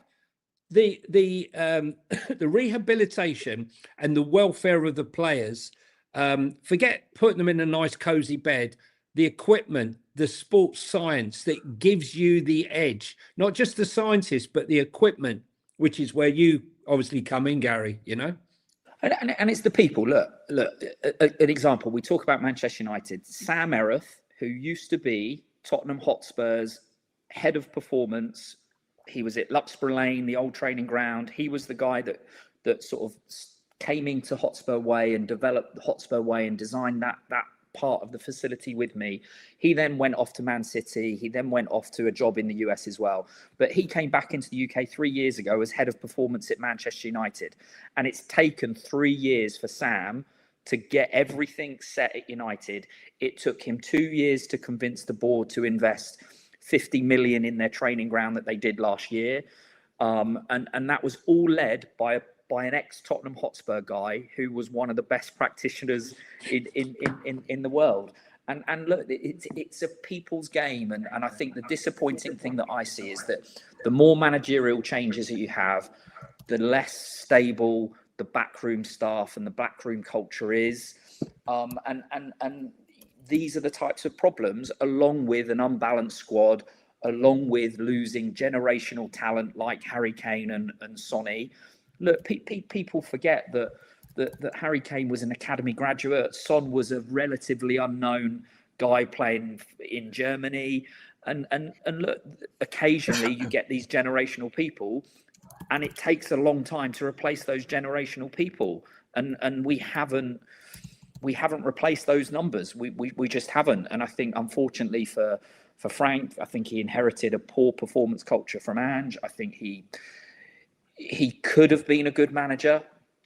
I think if circumstances had been different, if the squad had been fully fit, if he inherited a fit squad, if there had been greater investment in key areas, and I think that's key. I think how we can let Son leave and not see a left-sided attacker as a priority signing is just beyond me. You then look at Kudus getting injured and not replacing the right side either, and letting Johnson go. I think all of these decisions that have made have just hamstrung. Sorry for using the injury pun, but hamstrung whichever manager is going to go in there. And I think fundamentally, you've got to hope that whoever we put in place, whether it's short term or long term, can get these 4 or 5 wins that are needed this season. And I think if you look at our fixtures, somebody can come in and get those 3 or 4 wins needed.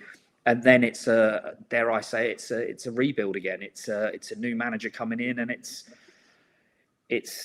who you're going to put who you're calling, right? I mean, if you were to hazard a guess, because it's a hard one to call this, everyone's wanted Frank out. I understand why, but very few people had a cast iron replacement that would carry us through, and there lies the problem. I think Heitinga will be given the job until the end of the season, personally, with experience at Liverpool. Everyone will probably cite his disaster at Ajax, but he was warned not to take the job. What are you thinking? So just from the outset, my heart and head would say get Pochettino at all costs, but in terms of how that looks, I think it's more likely to be an interim appointment with an early announcement that Pochettino will join after the World Cup. So I think, look, what this board are very good at is PR masking their downfalls ultimately. Hasn't worked well. Yeah, and I think that based upon last night, you've got to be silly to not realise what would be the best PR piece that they could do as an ownership.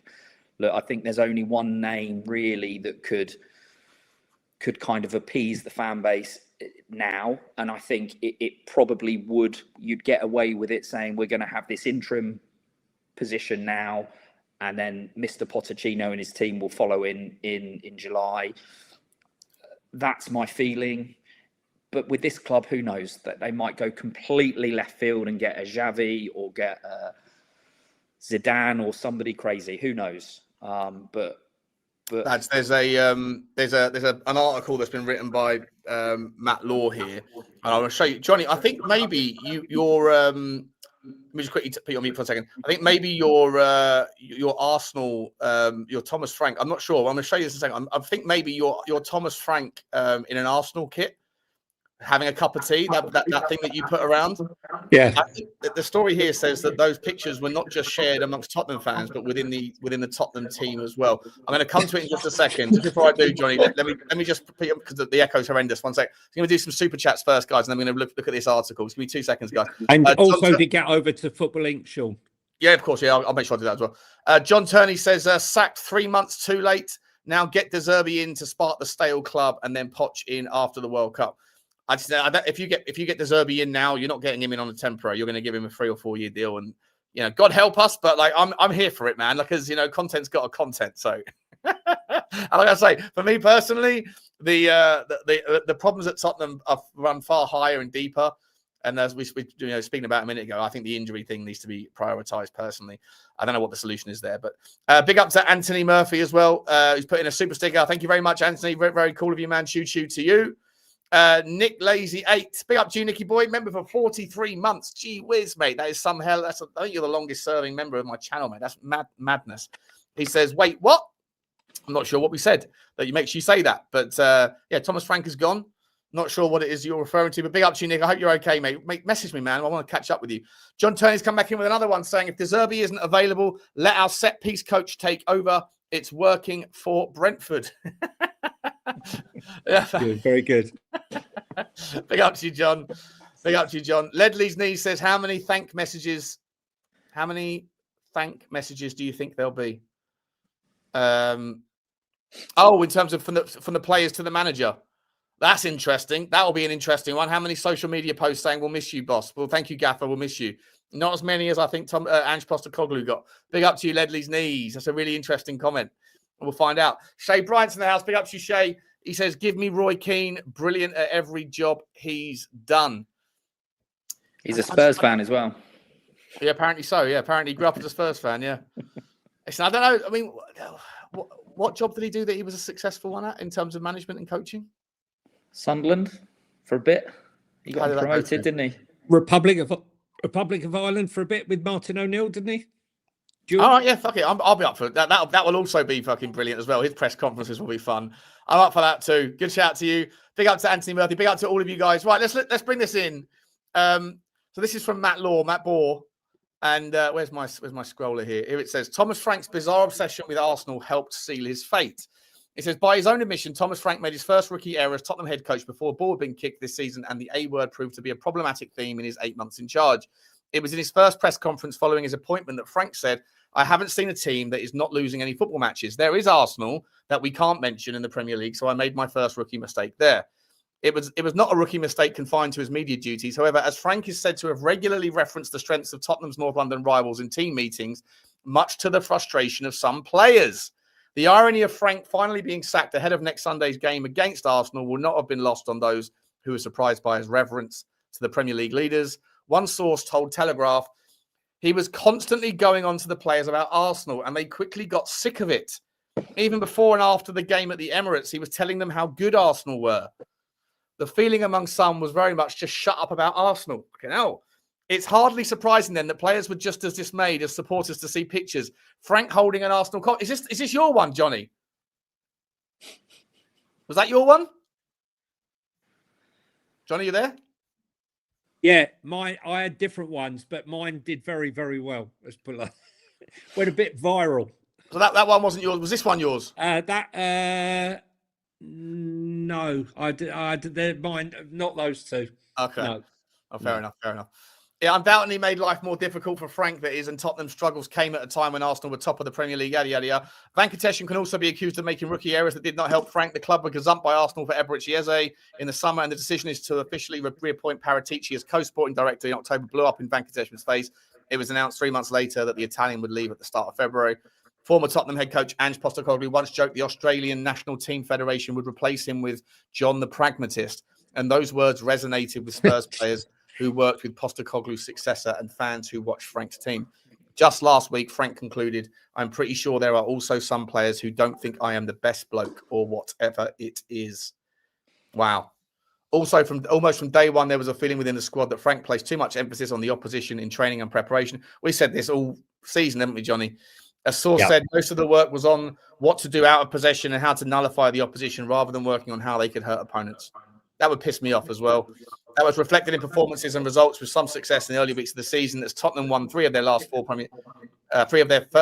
4 Premier League games, conceding just 1 goal and beating Manchester City. Alarm bells started to ring. Yada, yada, yada. You know, it goes on. But basically, the whole point here, I won't read the whole thing out. Jesus Christ, it's a long article. The point here is that he had an obsession with Arsenal. And let's be entirely honest, it wasn't just talking about Arsenal. He wanted to emulate Arsenal. Every single, where did we score our goals from? Where did we set pieces, right? We're just a B-Tech version of Arsenal that didn't have the talent to do it. We were totally concerned all the time with every time Thomas Frank mentioned a player in our squad or a player that we were signing, regardless of the position. He was asked about Richalison, a striker, and his priority was always to say, the first thing I'm going to mention about him is his ability to press. You're a striker. Like, how about present us with the value of the player as a on-the-ball goal finisher? No, pressing. Conor Gallagher, when he brought him in, yeah, good bet, pressing, fantastic, off the ball, working hard. Like, what are we doing here? How about think about us? Ange Postecoglou thought too much about us, not enough about them. Correct. And Thomas Frank didn't think about us at all and only about them. What are you saying, Johnny? Well, listen, we've had 2 managers that both decided to attack the fan base when they were losing games. I mean, we lost 26 games last season, and Ange thought he'd attack the fan base with the cupping of the year and loads of other incidents confronted by fan base.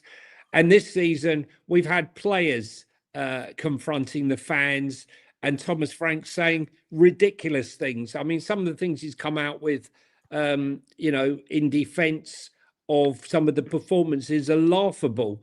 I think if he'd had more honesty in some of his press conferences post-game, I think there might have been a little bit more empathy for him, but you can't deny what we're seeing with our own eyes. And I think that was one of the big mistakes that he made, personally. Yeah. Gary, were you aware of any? I mean, obviously you spend a lot of time at the training ground. Do you ever get wind of any? How much time do you ever talk to players? Like, do you get to speak? Like, do you? Yeah. Are they kind of quite open with you about any of the sort of ins and outs of what's going on? Or are they always doing this, talking so that no one catches them on camera with? It's a typical football club. The players that are unhappy will always be the ones that don't mind sharing a little bit of information. And then the players that are really happy are the ones that sort of remain really professional. And that's typical across all clubs. Look, in terms of having any insight into the decision this morning, absolutely no. I didn't know at all. I think, look, it was so apparent at the game yesterday that I just couldn't see how they were going to allow things to continue. I think when you look at history of these big gaps, so I think the fact that we've got about a 12-day window before playing Woolwich, I think is probably critical in the decision. I think it was probably the only time that they could do it. Look, I think I'm hopeful and putting 2 and 2 together, and I still maintain that I think Poch, but he's in the UK at the moment. He did a podcast with people that I'm good friends with recently, and look, some of the hidden messages within that podcast where he put Spurs. Were they hidden, Gary? I think they were like exactly. Spurs Mark II, I think, was.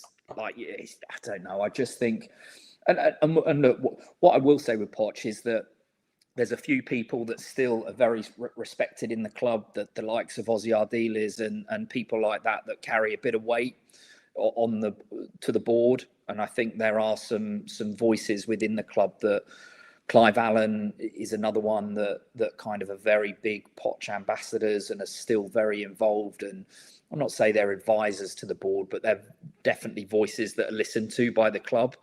And look, I don't know, but look, nothing surprises me with Tottenham. I think that the thing that they're very good at is keeping everything very quiet, and then you get a left field announcement that none of us are expecting. So who knows? Who knows? Yeah. Are we expecting an announcement today, Johnny? No, I think it will come tomorrow. I think they'll let the dust settle on this one. They'll have their meetings. They'll have their conflabs. I'm not so sure. I'm not sure if I 100% agree with Gary on the point of they had a plan B going for the last 2 weeks, because, had they won last night, then that conversation wouldn't have happened. So I think they're flying by the seat of their pants, like they have done for quite a long time. There's only one person right now who's smiling as he sits in his Bahamas home, and that will be one Daniel Levy, who will be saying, "Hey guys, you thought it was easy." Huh? Maybe not. If we get relegated, mate, maybe his valuation of his slice of the pie goes down by a few $100 million. Yeah, but bring back Daniel. They'll be singing soon. Huh? Listen, I feel entirely vindicated. I've taken 4 years of heat. Vindicated? No pun intended. Vindicated. Yeah, exactly. Vindicated. Yeah. Guys, get on up. If you're watching on the stream, please get over onto Football Inc. I know loads of you are on the Spurs Talk Show, but Sean and I do Football Inc., which Gary has been a very valued guest on in the last couple of weeks. So if you get time, just flip over. I'm sure Sean will put up a link there, and you can flip over. Please just drop in there. We still watch the same show on there, and please hit the follow button, the subscribe button. Yeah, I mean, listen, guys, I mean, the thing is now, this is crucial now. We cannot make a mistake. Who is going to be influencing the decision? Is it going to be Boucher? Is it going to be Vinay? Is it going to be Charrington? who in the football world is going to be influencing these decisions? And that's what's worrying me right now. Vinay, I don't think ultimately is a football guy. He's a private equity, finance sort of guy. Yeah, he's been around football. Charrington's not a football guy. I don't believe Vulture is either. He's more, development, property development. So who in the football world that has authority and has the background to advise these guys is going to be making that decision? And there for me is the huge worry. And like you were saying before, Gary, maybe because they don't understand that, they will go for someone like a Zinedine Zidane. He was a great footballer. Apparently TalkSport are saying Zerbi's very interested. I'm sure he is, Sean. Oh, come on, mate. This is content. Sean. This is content, bro. Yes, content. Bring me my madman. Right, bring him to me. Listen, I mean, I want us to get through. De Zerbi's not going to take this job until the end of the season. I don't think. I can't say. I think his ego is too big for that.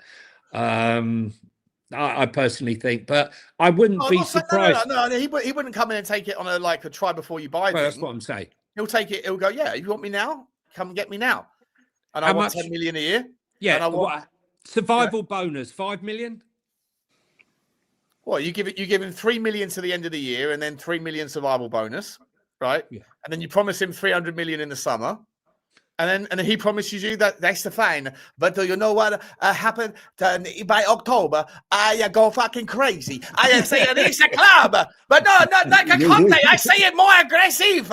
That's what I do. I've got no idea if that's what he sounds like, but that's what I'm going with. I haven't actually heard him speak. Listen, if him and Daniel could never have worked together, he would have had Daniel over the desk, but probably within a fortnight. So that one was never going to happen. I think Vinay's personality and the personality of the board would go for a more stable. You can see with the Thomas Frank, he's a nice guy. That's not what Tottenham need, mate. Tottenham needs someone to come in and put a rocket up the arses of these players. I know. So, Poch has the nicety, but he's also got that, listen, I was at the training ground, right? I was privileged to be there, not like Gary, and Andros Townsend was there, and they were meant to be playing one-touch football. And every time Andros Townsend kept taking 2 touches. And Poch was going, fucking one touch. What? One touch, right? And he kept doing 2 touches. I've been listening to Poch impression. I've been listening to Poch. I'm trying to figure out an impression for him. It's hard. Blew up, and I'm stood there with my boys, and he stormed off in his Range Rover, didn't even go into the thing, grabbed his kit, and he drove off in his kit. And I knew then that was the end of Andros Townsend. He left the club not long after. But my point is, I think, he has the nicety, but he also has that, comply or die. If you're not going to be part of it. I mean, we all know how grueling his pre-season was. Everyone used to talk about the pre-season and how grueling it was. We haven't had that for a long while. His training philosophy with Jesus was all about building resilience and getting miles in the legs and knowing that sort of minute 80, minute 90, Spurs were still going to be the team that had something left in the engine. Ultimately, that was his way. I think the interesting thing for me about recruitment, if you think back to the Vinay interview with Paratici and the like, when we talked about this 120-point interview process that they went through, let's be honest, that was only 8 months ago. So surely there's probably candidate 2, candidate 3, candidate 4 that didn't quite make the criteria that might still be available. In essence, the recruitment process. How bad? Should be too. Yeah, I was going to bring this up before. I'm glad you reminded me. I was thinking to myself, where was Thomas Frank in the interview process? Was he number 5? Was he number 5 and 1, 2, 3, 4 failed? Are we going to go for number 6, 7, and 8, or are we going to revisit 1, 2, 3, 4? apparently, according to Vinay, an extensive 30-man candidate list was exhausted, and he came out ticking the most boxes. I want to know what were the boxes that needed to be ticked that Thomas Frank ticked the most of them. And that to me is a problem. Just quickly going back to this Matt Law thing about this obsession with Arsenal, right? I don't think it just translates with Thomas Frank. I think also I think Vinay has the same sort of, obviously he is an Arsenal guy, and I think he was leaning into this narrative of stick to the plan, Batman, because look what I did with Arteta. Everyone wanted Arteta gone. I said no, we're going to keep with him. And during COVID, when it was horrendous for them, and they were finishing 8th. And he's like, no, I'll stick to the plan. Obviously, he's left since, and they've gone on. They're about to probably win a quad, right? Which is going to be horrendous. But like this narrative that Arsenal are the same as Tottenham, that Arteta is the same as Thomas Frank, that the players are the same. That when Arteta said, you know what, no dickheads policy, and Thomas Frank brings that no dickheads policy. Does he? Like, there's been a lot of dickheads at Tottenham this year, and where have been the consequences for any of the dickhead behaviour? I know Jed Spence is as a boy of yours, Johnny, but like Jed Spence acted like a dickhead on several occasions. 0 consequence. The only person who's faced any consequences at all was Bissouma, and he got appropriately or inappropriately, thrown under the bus, whatever. How I don't know the details in that one, but everybody else got away with blue murder. Balloon murder. That wouldn't have happened under Arteta, right? Arteta got the permission to completely get rid of Pepe, get rid of Aubameyang, get rid of Ozil. Yeah. He cleared them all out. You're Thomas Frank hasn't got the stones to do that. Thomas Frank hasn't got the stones to drop one of these players. And I think this is where culture is important, because I think that a lot of the trouble with the Spurs squad, and when you look at the likes of, I know Sean speaks passionately about Romero, but ultimately, when you look at some of these players that have won things, they have been World Cup winners, they have been managed by big players. I think when you're aspiring to be a top 4, top 5 team off the back of a European Cup win, there was always probably going to be a number of players in that squad that didn't look at Frank as this inspirational leader that was going to take them to the next level. And I think that could have been a big problem, and that could be a problem. And again, that's why it's really important in terms of the type of manager that this club needs at the moment. And I'm not talking about a sort of a win now manager that needs hundreds and hundreds of millions, but you need somebody that is going to carry the respect of the squad, because I think that's so important. And no matter what we say about Ange had won stuff. He'd been a winner. He won a trophy. So, and he was a salesman, mate. And sometimes people need to be motivated. You need to be motivated, right? Yeah, completely. And that to me is like part of the issue. Johnny, you sort of referenced Thomas Frank being a professor.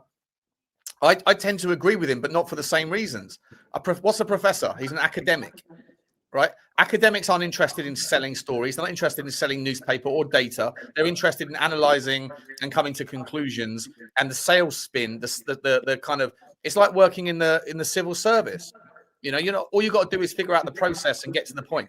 Whereas I think business owners, you need to have someone that can convince you, or that you can convince. You need to be someone that you can convince to buy your product.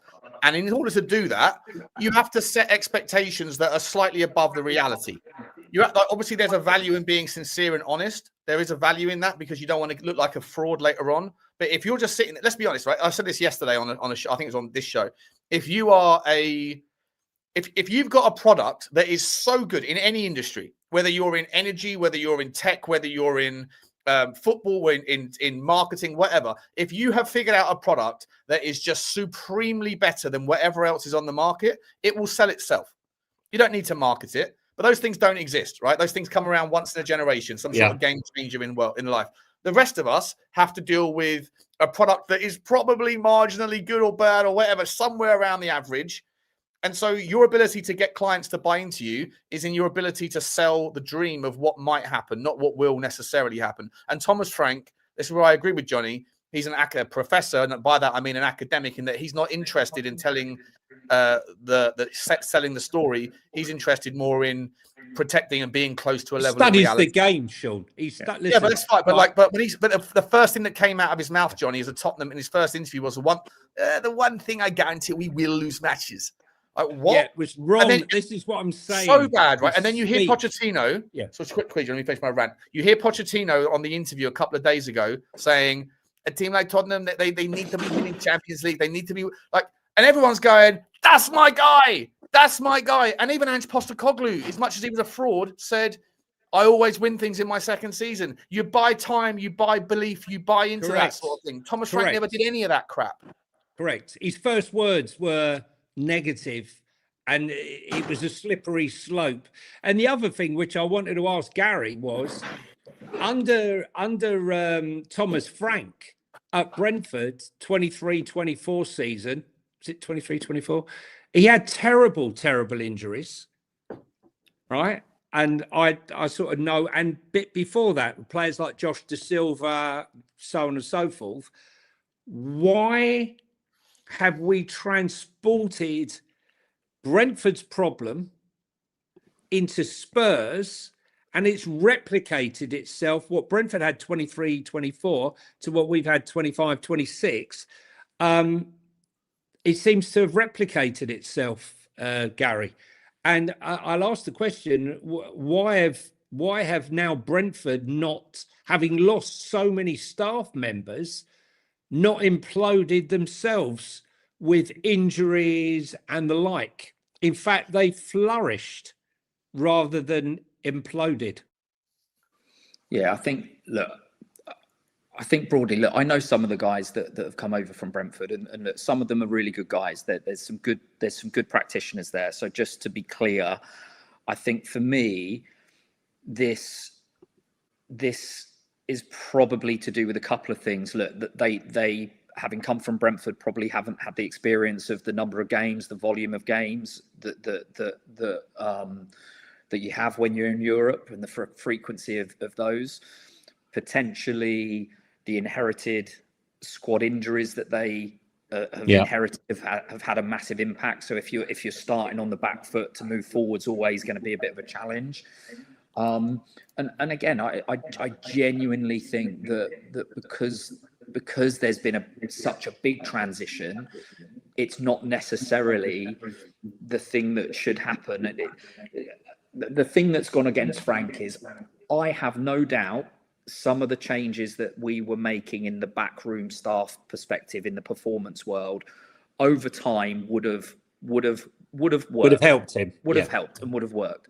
The reality is that it's a results game, and based upon a number of elements, I think he's had the injury crisis, but I think tactically he probably got it a little bit wrong in certain games and certain areas.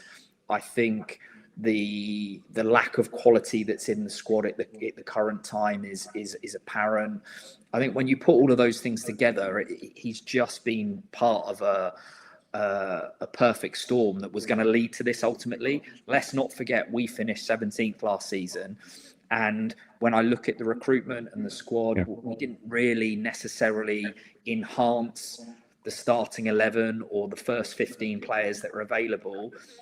Our recruitment over the last sort of 18 months has been about replacing injured players, backfilling players.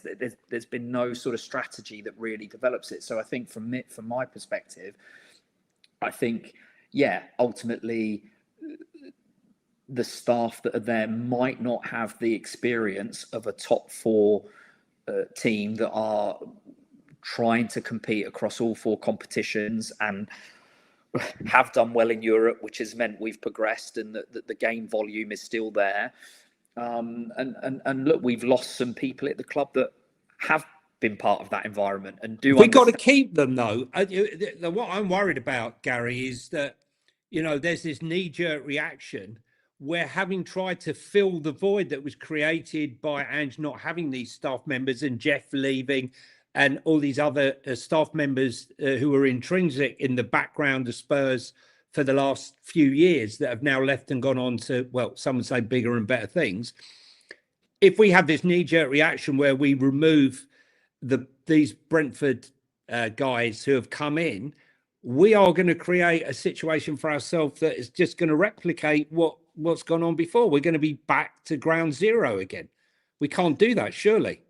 Yeah, and again, that's why it's important that the type of person that you bring in. I think, the type of person you bring in will lead that. I mean, again, I harp on about Poch, but he'll want to change everything. Well, this is what I'm saying. Poch probably wouldn't want to change everything. If you look at the people that he would bring in Jesus Perez, which is his assistant manager, but really acts as the performance director between the field and the gym and the rehab side of things. He has Seb Pochettino, his son, that would probably come in and head up sports science from that perspective.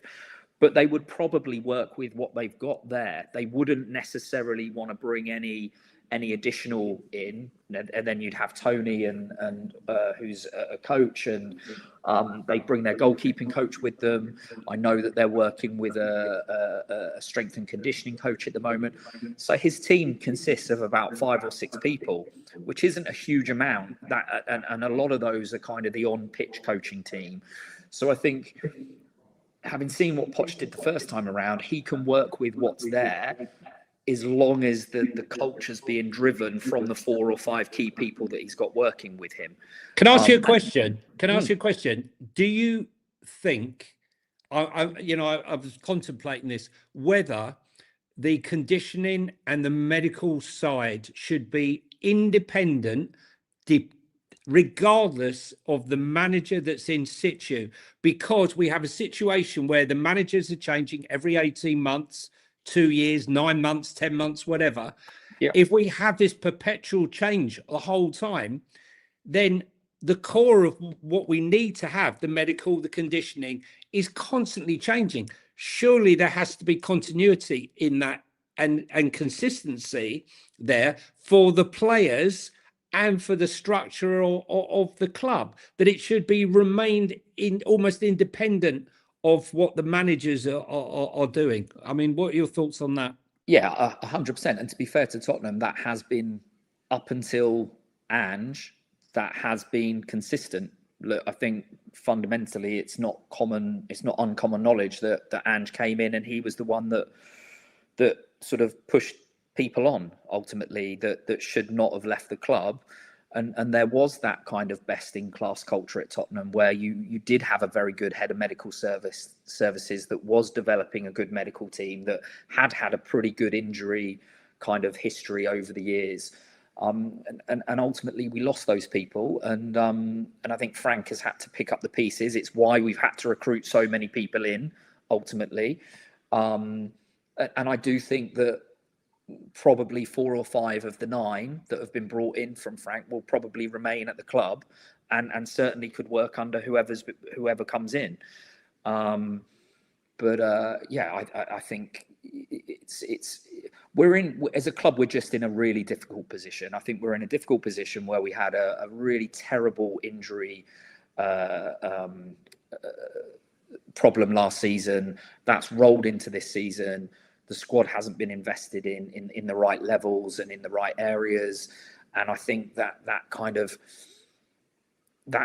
has a massive impact. And I think you couple that with maybe Frank was out of his depth slightly. Look, I think I do maintain that Tottenham as a club, with our fan base and the players, certain players that are in that squad, they need to be inspired on a day-to-day basis. They need to look up to somebody. And I think, as Sean said, even if it's a bit smoke and mirrors, sometimes you need that leadership that's going to sort of push you up a hill, rather than every press conference that we have go in and say, oh, well, the team that we're playing is a really good team, and they're going to give us a difficult game. And we don't want to hear that. Like, no. For granted, you can say that Woolwich are a good team or Liverpool are a good team, and that's going to be a tough game. But when we start saying that it's going to be difficult against Brentford and it's going to be difficult against Sunderland, and yes, these teams are playing well. Who goes into battle, Gary? Who goes into battle and says, we could get spanked today, you know? You want to go in and go, we've got the best stadium, we've got like 60,000 fans behind us, we're going to make this really difficult for whoever comes into the ground. You kind of just want that real positive mindset. And I mean, look, I haven't seen that mindset at Tottenham since probably the last season at White Hart Lane, probably, where we went unbeaten. ultimately, and yeah, it felt like a fortress. As a fan walking along the high road, I used to walk into the ground going, "We're not going to lose today." It's just a lovely feeling as a fan. I've got no idea. Now it's the opposite. Yeah, it's the opposite. I can't remember the last time. Honestly, Johnny, on our predictions for Football Inc. and for Spurs 5, I haven't predicted a Tottenham win since. Can't remember. I didn't even predict a Tottenham win against Burnley or West Ham. Right? Like I genuinely think that Tottenham are in a massive problem, which leads us back to the main contentious issue here. Do you? I know, obviously, Gary, you want Poch. Johnny, you want Poch, right? I want Poch as well, but not for the same reasons. I don't think it's going to work either way. But for me, until we, but it has to put it to bed. We have to. No, you have to scratch that itch. 100%. That itch has to be scratched, right? So let's say that the club are thinking that as well, and I think that the owners are going to sit there and think we've got a free hit with Pochettino. It will give the fans what they want. They'll get all happy again for 5 minutes and nostalgic and all that stuff, right? What do you do now? Because De Zerbi's not coming in. Robbie Keane's not coming in. No one of any sort that's in employment is coming in for the next 6 months on a try-before-you-buy basis. None of them are doing that. Like, yes, you might be able to go and get an Ole Solskjaer, although I don't know if that would be the right one, or someone like that, a Tim Sherwood or whatever, or you give it to Heitinger. If you guys are all, if everyone in the chats, most people in the chat seems to want to have Pochettino back, that's not going to happen until after they're out of the World Cup, by the way, which presents its own problem. And I hear what Gary was saying earlier about kind of have conversations with him now and say, look, we'll bring you back. Let us know what sort of players you want. You know, send us a list and we'll see if we can get them before you arrive, yada, yada, yada. Although the players that are at the World Cup are the sort of players that you'd want to attract. And those players are also not going to be able to sign before August anyway. He can tap them up while he's out there, Sean. Sure. But I'm sure a lot of other clubs will do that as well. So my I guess the question is, how do you get through and how do you find the 4 wins that you need? You've got 12 games. You need to have a 25% win rate, which is what Thomas Frank had. Right? You need to win 25% of your games to pretty much secure yourself in all likelihood in the Premier League next season. Yes, we'll finish 17th or 16th, but it is what it is. At least you can go again. How do you get there, guys? What do you do right now? If you are Vinay, if you are Charlie and Vivian, if you are Johan fucking Lang, although if that guy has an insight into any of these things, then I've got a problem with it. The guy is absolutely abject. But what do you do? Johnny, I'll start with you. I look, for me, I just, like I said before, Sean, who is going to make these decisions, right? It's got to be football people, mate. It's got to be football people. And I don't think that there's any football people other than Clive Allen, Ozzy Ardiles. Who else is football people that are at the club right now? But are those just because they played football years ago? Johan Lang? But is Clive Allen or Ozzy Ardiles? I'm saying 30 years out of the football game. This is my point, Sean. This is how desperate we are, right? I can't listen to Johan Lang being the guy, right? And I don't think I listen. Charrington's not the guy, okay? Yeah, what's he still doing there? We'll come back to that in a minute. Well, the Lewis children aren't the answer. They don't have the answer. They don't have a football background. Vinay has a football background, but it was Edu that did most of the recruitment. So who is left in that hierarchy that's doing the organisation and thinking from a football perspective, not from a business perspective, from a football perspective? And this is why I'm wondering and worrying where they're going to go left field. We'll get a big name in that isn't Pochettino, right? Like whoever it may be, whether it's your Xavi or whatever, promised him all the gold that he can eat, right? If Xavi walked in and saw that squad, I think he'd have a heart attack. But what I'm saying to you is that I think the squad's unbalanced, the organisation's unbalanced, and we've got people who are going to be making a decision right now. 50%, Johnny, of the people in the chat, 50% of people, I put in a poll saying who should replace Frank. And I gave the 4 options were De Zerbi, full-time now, Heitinger until the summer, then Poch, Xavi now. Oh, I said, or other, please specify. Maresca.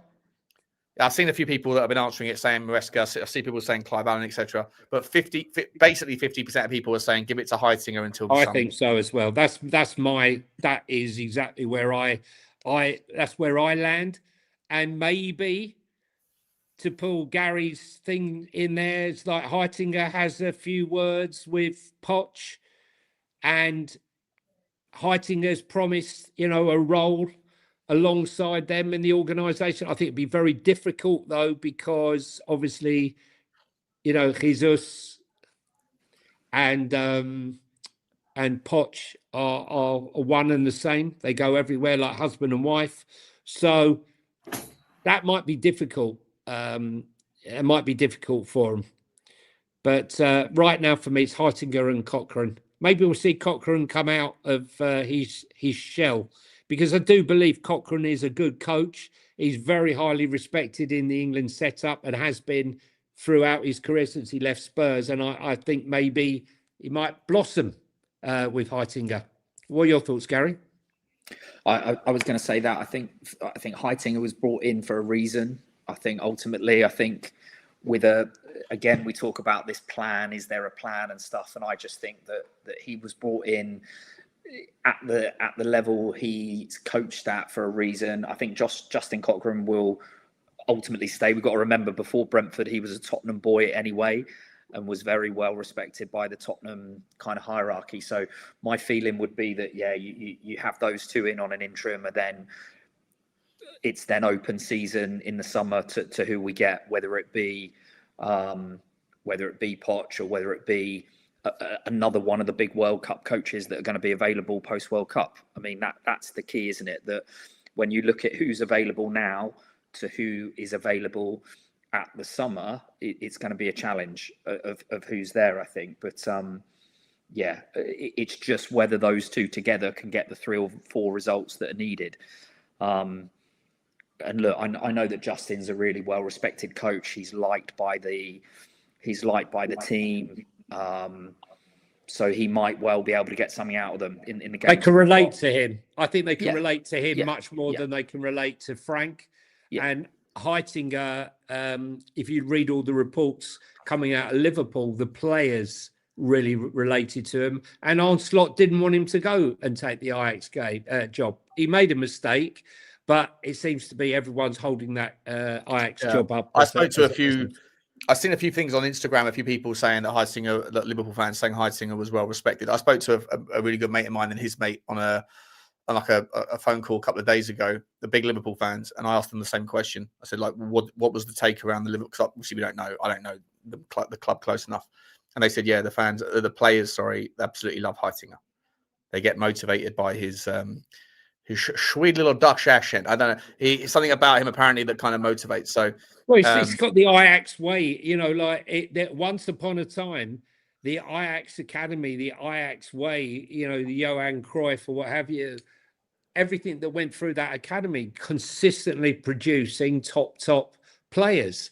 And that went all around the world to the top teams. And he would have been part of that generation. Unfortunately, it's lost now, but that would have been embedded into him. And I believe that it would not be it probably isn't a popular choice, but for me, Heitinga and Cochrane would be the way I'd go 100%.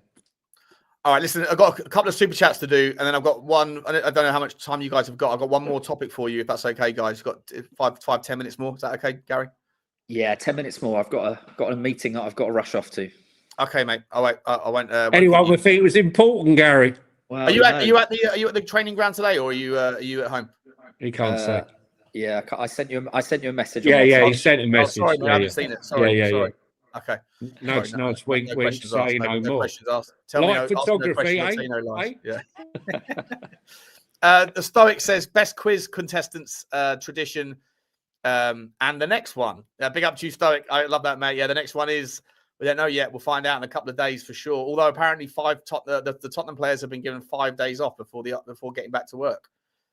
It's not what I want to hear right now. I want to hear these players you get a day off and we're going to fucking get you in, and then whoever's going to take over is going to take over. Maybe that gives you some illusion that there's not going to be someone coming in until 2 or 3 days. We'll find out. Andrew Bennett, member for 24 months. Big up to you, my man. Thank you very much. He says Sherwood. He wants Sherwood. He knows the club and the fans. Regroup in the summer. Yeah, a lot of people want Sherwood. I'm not against Sherwood. I just don't know enough about his style. The only thing I know about Tim Sherwood is that he had a relatively decent points per game when he was in charge temporarily, and that he's given all of the credit for keeping Harry Kane around.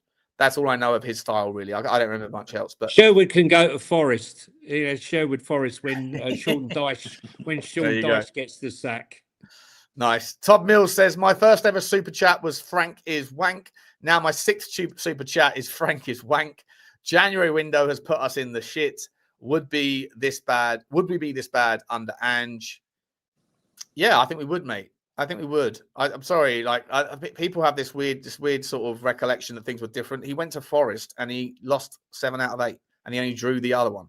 We lost 26 games last year, guys. Come on. And revisionism. This is the thing. Salesmen can sell, and he sold everyone down. He sold everyone a yarn around why it was. It was we deprioritized. Shut up. I'm not hearing it. I'm not saying that Thomas Frank was better than Ange, but I'm saying that they're both, in my part, were not good enough. Ave Spurs, be up to you. He says, Sean, do you want Poch to succeed or do you want it to fail? Not saying you are, but I get a feeling you want it to go badly so that we can move on. No, I want it to succeed. I just don't think it will succeed. So I think the problems go bigger at the club than just the manager change. I think that the environment in which he inherited at Tottenham was different squad, different setup. There was an energy around the football club because we were moving into a new stadium in a few years' time down the road. Everything was going in the right direction. He was a massive, brilliant part of that. But I genuinely also think that the expectations of the fan base were artificially set ridiculously high following the Champions League final. And 6 years of regression from there, but we still hold a torch to him. And so I think that I'd love him to come back and for it to work. I just don't think it will, but I don't think the fan base can move on until it's done. So that's where I'm coming from, Ave Spurs. Big up to you, mate. I hope that makes sense. Appreciate you. He's also come back to another one saying, big up, you all love the channel. Channels, Ave Spurs. Channels, mate. There's 2 channels. Don't forget to get over to Football Inc., guys. Don't forget to Football Inc. We're loving both shows. Appreciate you. And Kicks TV's come in saying, Wayne Burnett knows youth players to use. Don't get Sean started on Wayne Burnett, please. I don't know anything about Wayne Burnett, so I'm not going to go into it. He's the youth coach, is he? Okay. Well, I don't think we need a youth coach right now, personally. Now, I want to ask you guys this last topic, and appreciate all your time, guys, and everyone that's been watching. Charrington, Johnny, I did mention him a minute ago. He was brought in for a specific purpose, right? One, he comes in with all of the non-football knowledge, but the business knowledge. Since then, the guy that he was coming to be a fly on the wall on has gone. And the other company that he were employed or whatever to be a part of the potential selling process has been discontinued.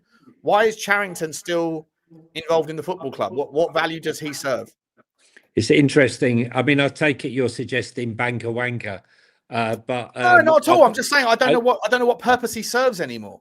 Well, it's an interesting one because initially he was there as the eyes and ears of Joe Lewis. Yeah, who didn't, and the family had fallen out of trust with Daniel Levy, right? They had an independent assessment, and when that was done, he was jetted onto the board. But now that the Lewis children are there, I keep calling them children, they're in their 60s. Now that they're there, and Bolcher, the son-in-law's there, what is Charrington's position? What is his purpose? Is it just to dress the board?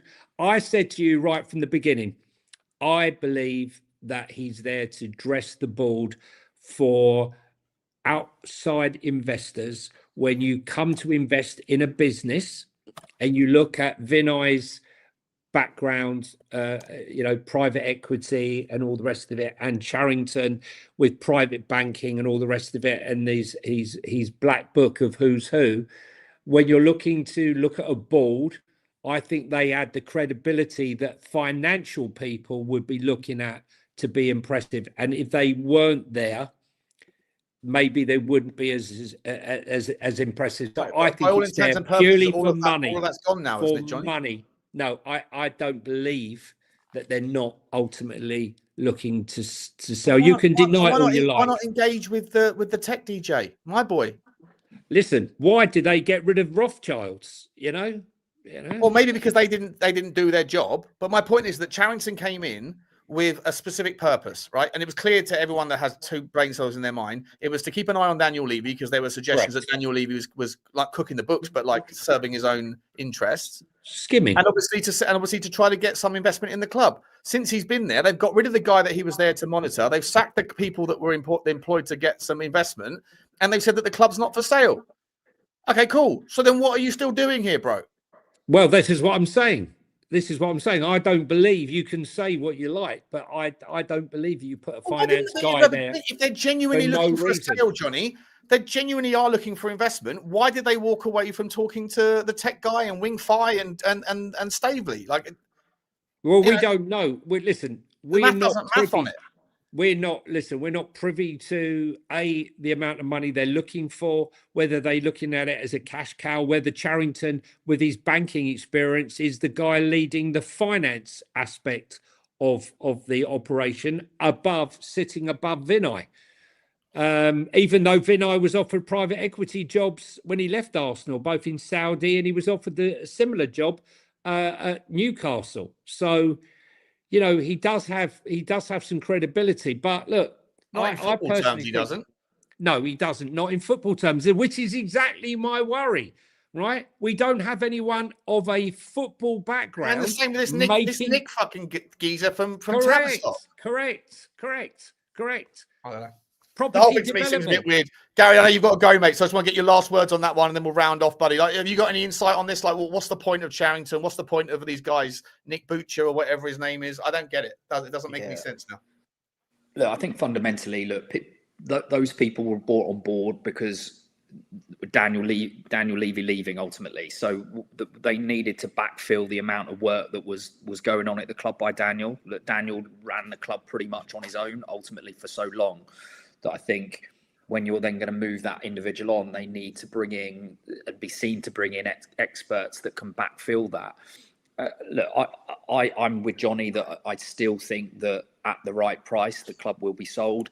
But I think the challenge for them at the moment is what that price is and who acquires the club. I think, look, if somebody came in legitimately and put 4.5-5 billion down, they would seriously entertain that. But I know for a fact that there hasn't been anybody that's really done that to date. There's been a lot of talks and a lot of people kind of flirting with the idea, but there's been no real tangible kind of interest at that level and that valuation. And I think that the problem that the Lewis family have got at the moment is that based upon the performance on the pitch and probably, I know, via a miracle, no European football next year, the valuation of the club is not at what it should be at this present time. So I think what you'll probably find is that they're looking at this as a short-term, next 18 months to 2 years, that they can still stay in there. They can invest another 150, 200 million in the summer and try and keep things moving and probably bring in a hopefully a better coach and get that European qualification and get the valuation back up to what it should be by being a sort of a top 6 team again. That's what they'll be hoping for, unless somebody does come in and match their valuation. But I think that there's definitely certain people at the club that have been brought in with that in mind, that they want to sell. They want to sell. I mean, I've been told by quite sort of people that I can't name, but I've been told that at the right price, the club will be sold. But it's just never been there at the moment. Nobody's ever come in with the valuation of what talks cheap, right? Talks cheap from outside these from outside. What's the right price though? What's the right price? If the tech DJ, if Brooklyn Eric and his crew initially came in and offered, what was it? It was 3 billion plus 1.5 billion. So the club get to walk away with 2.2 billion or something like that. So he says. So they say though. We don't. It's how it's structured, Sean. I think what they're looking for is they're not looking for.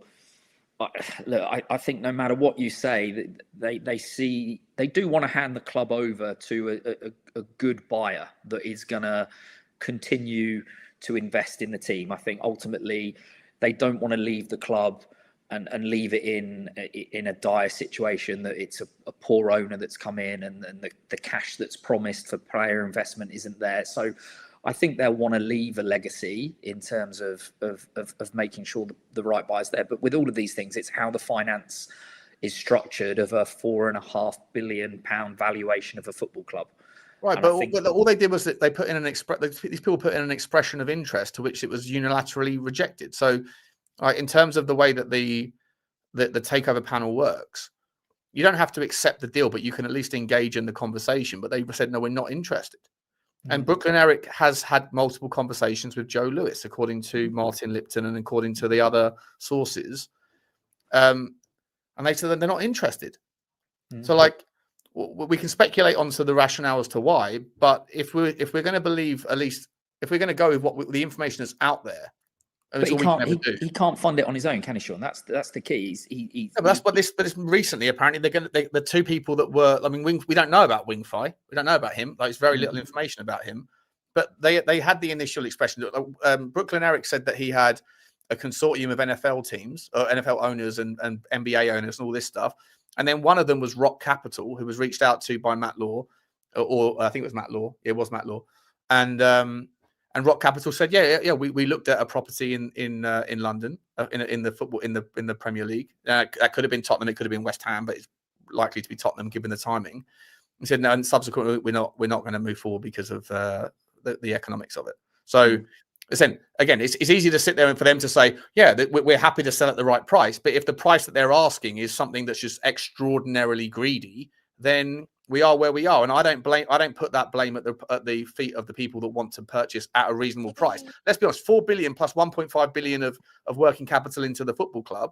That to me is, I mean, I'm not smart enough to know the maths on this, but it seems fucking more than reasonable for where Tottenham. They shot themselves in the foot, Sean. Let's be honest, right? They've got no shirt sponsor this season. Next season, AIA are moving to the training kit, so they're in the middle of negotiating a shirt sponsor in the middle of a crisis with toxicity. It spells disaster when you're trying to sell yourself. Second of all, they're trying to sell individual stands. Naming rights for individual. They got a new stands. one, the Infinox or whatever it was. That was yesterday, right? Infinox or Infiniox or something. By the way, that was so funny, right? Just quickly, sorry, Johnny. Just super quick. As I'm doing the show yesterday, someone said, "Oh, can you talk about the Infiniox in the Infinox detail?" I didn't know about it, so I looked it up. It's a contract for difference trader, right? So CFD trader. So basically buying and selling stocks and shares, but not actually owning the stocks and the shares. So you just you're betting on them. So there's no taxes. So I look at the website, not available to UK citizens. I mean, what are we doing here? They've got a major sponsorship deal in the stadium for people that aren't actually like 90% of people that go to the stadium are not actually, going to be able to use the company. That's how desperate they are, mate. But Sean, you got to think of the events outside of football. So you got to think about the internationals coming in. Sure. So that's. I hear you. But you think that like maybe Infinox would like get their ducks aligned and try and get themselves regulated in the by the FSA first. Line, Sean, they're not front line. What I'm saying to you is like when I'm thinking about naming rights for stands, right? And if you're performing at the highest end, if you're in the Champions League and you're challenging for top four, if you're in the Championship, you're not even on TV next season. You're not getting any ox, mate. You're on the level up from that. Yeah, I hear you. Just like Daniel's 15-year Nike deal in a panic, which is one of the worst deals ever negotiated. One of the worst things he ever did. Yeah. Listen, guys, Gary, I know you've got to go, mate. And Johnny, it's been 2 hours and 20 minutes. First of all, Gary, absolutely sensational again, man. As always, mate, you're a breath of fresh air on the channel, on both channels, Football Inc. and now you made your debut on Spurs Talk Show as well. If you've got a social media, if you want us to plug anything or company or anything, you need to keep that. He's on the hush. He's on the hush. Fair enough. I appreciate you, Gary, mate. You're always welcome anytime. Bring your insights and you bring your takes. Love it. Johnny, as always, mate. Appreciate you. Guys, make sure last request, please do get over to Football Inc. if you are on the Spurs Talk Show. The links have been there. You know where we are, Football Inc. Just at Football Inc. on Johnny and I spend all day long talking about broad football, but also Tottenham as well. It's obviously the mainstay of our conversation. But appreciate everyone for coming in. Big time, big news. Big day for Tottenham fans. I'll be back this afternoon with some more. Maybe Johnny and I will do some more as well when Johnny's had a kip on Football Link this evening or this afternoon. For now, though, I'm going to hand you over to Saba, do the old reverse index, the reverse ACKA, because he always redirects to us. We're going to redirect you over to him. We appreciate you all. Rabbit Hole is on tonight, Tom, if you're worried. We'll see you later on, guys. Appreciate everyone. Take care. Thanks, everyone. Bye. Bye.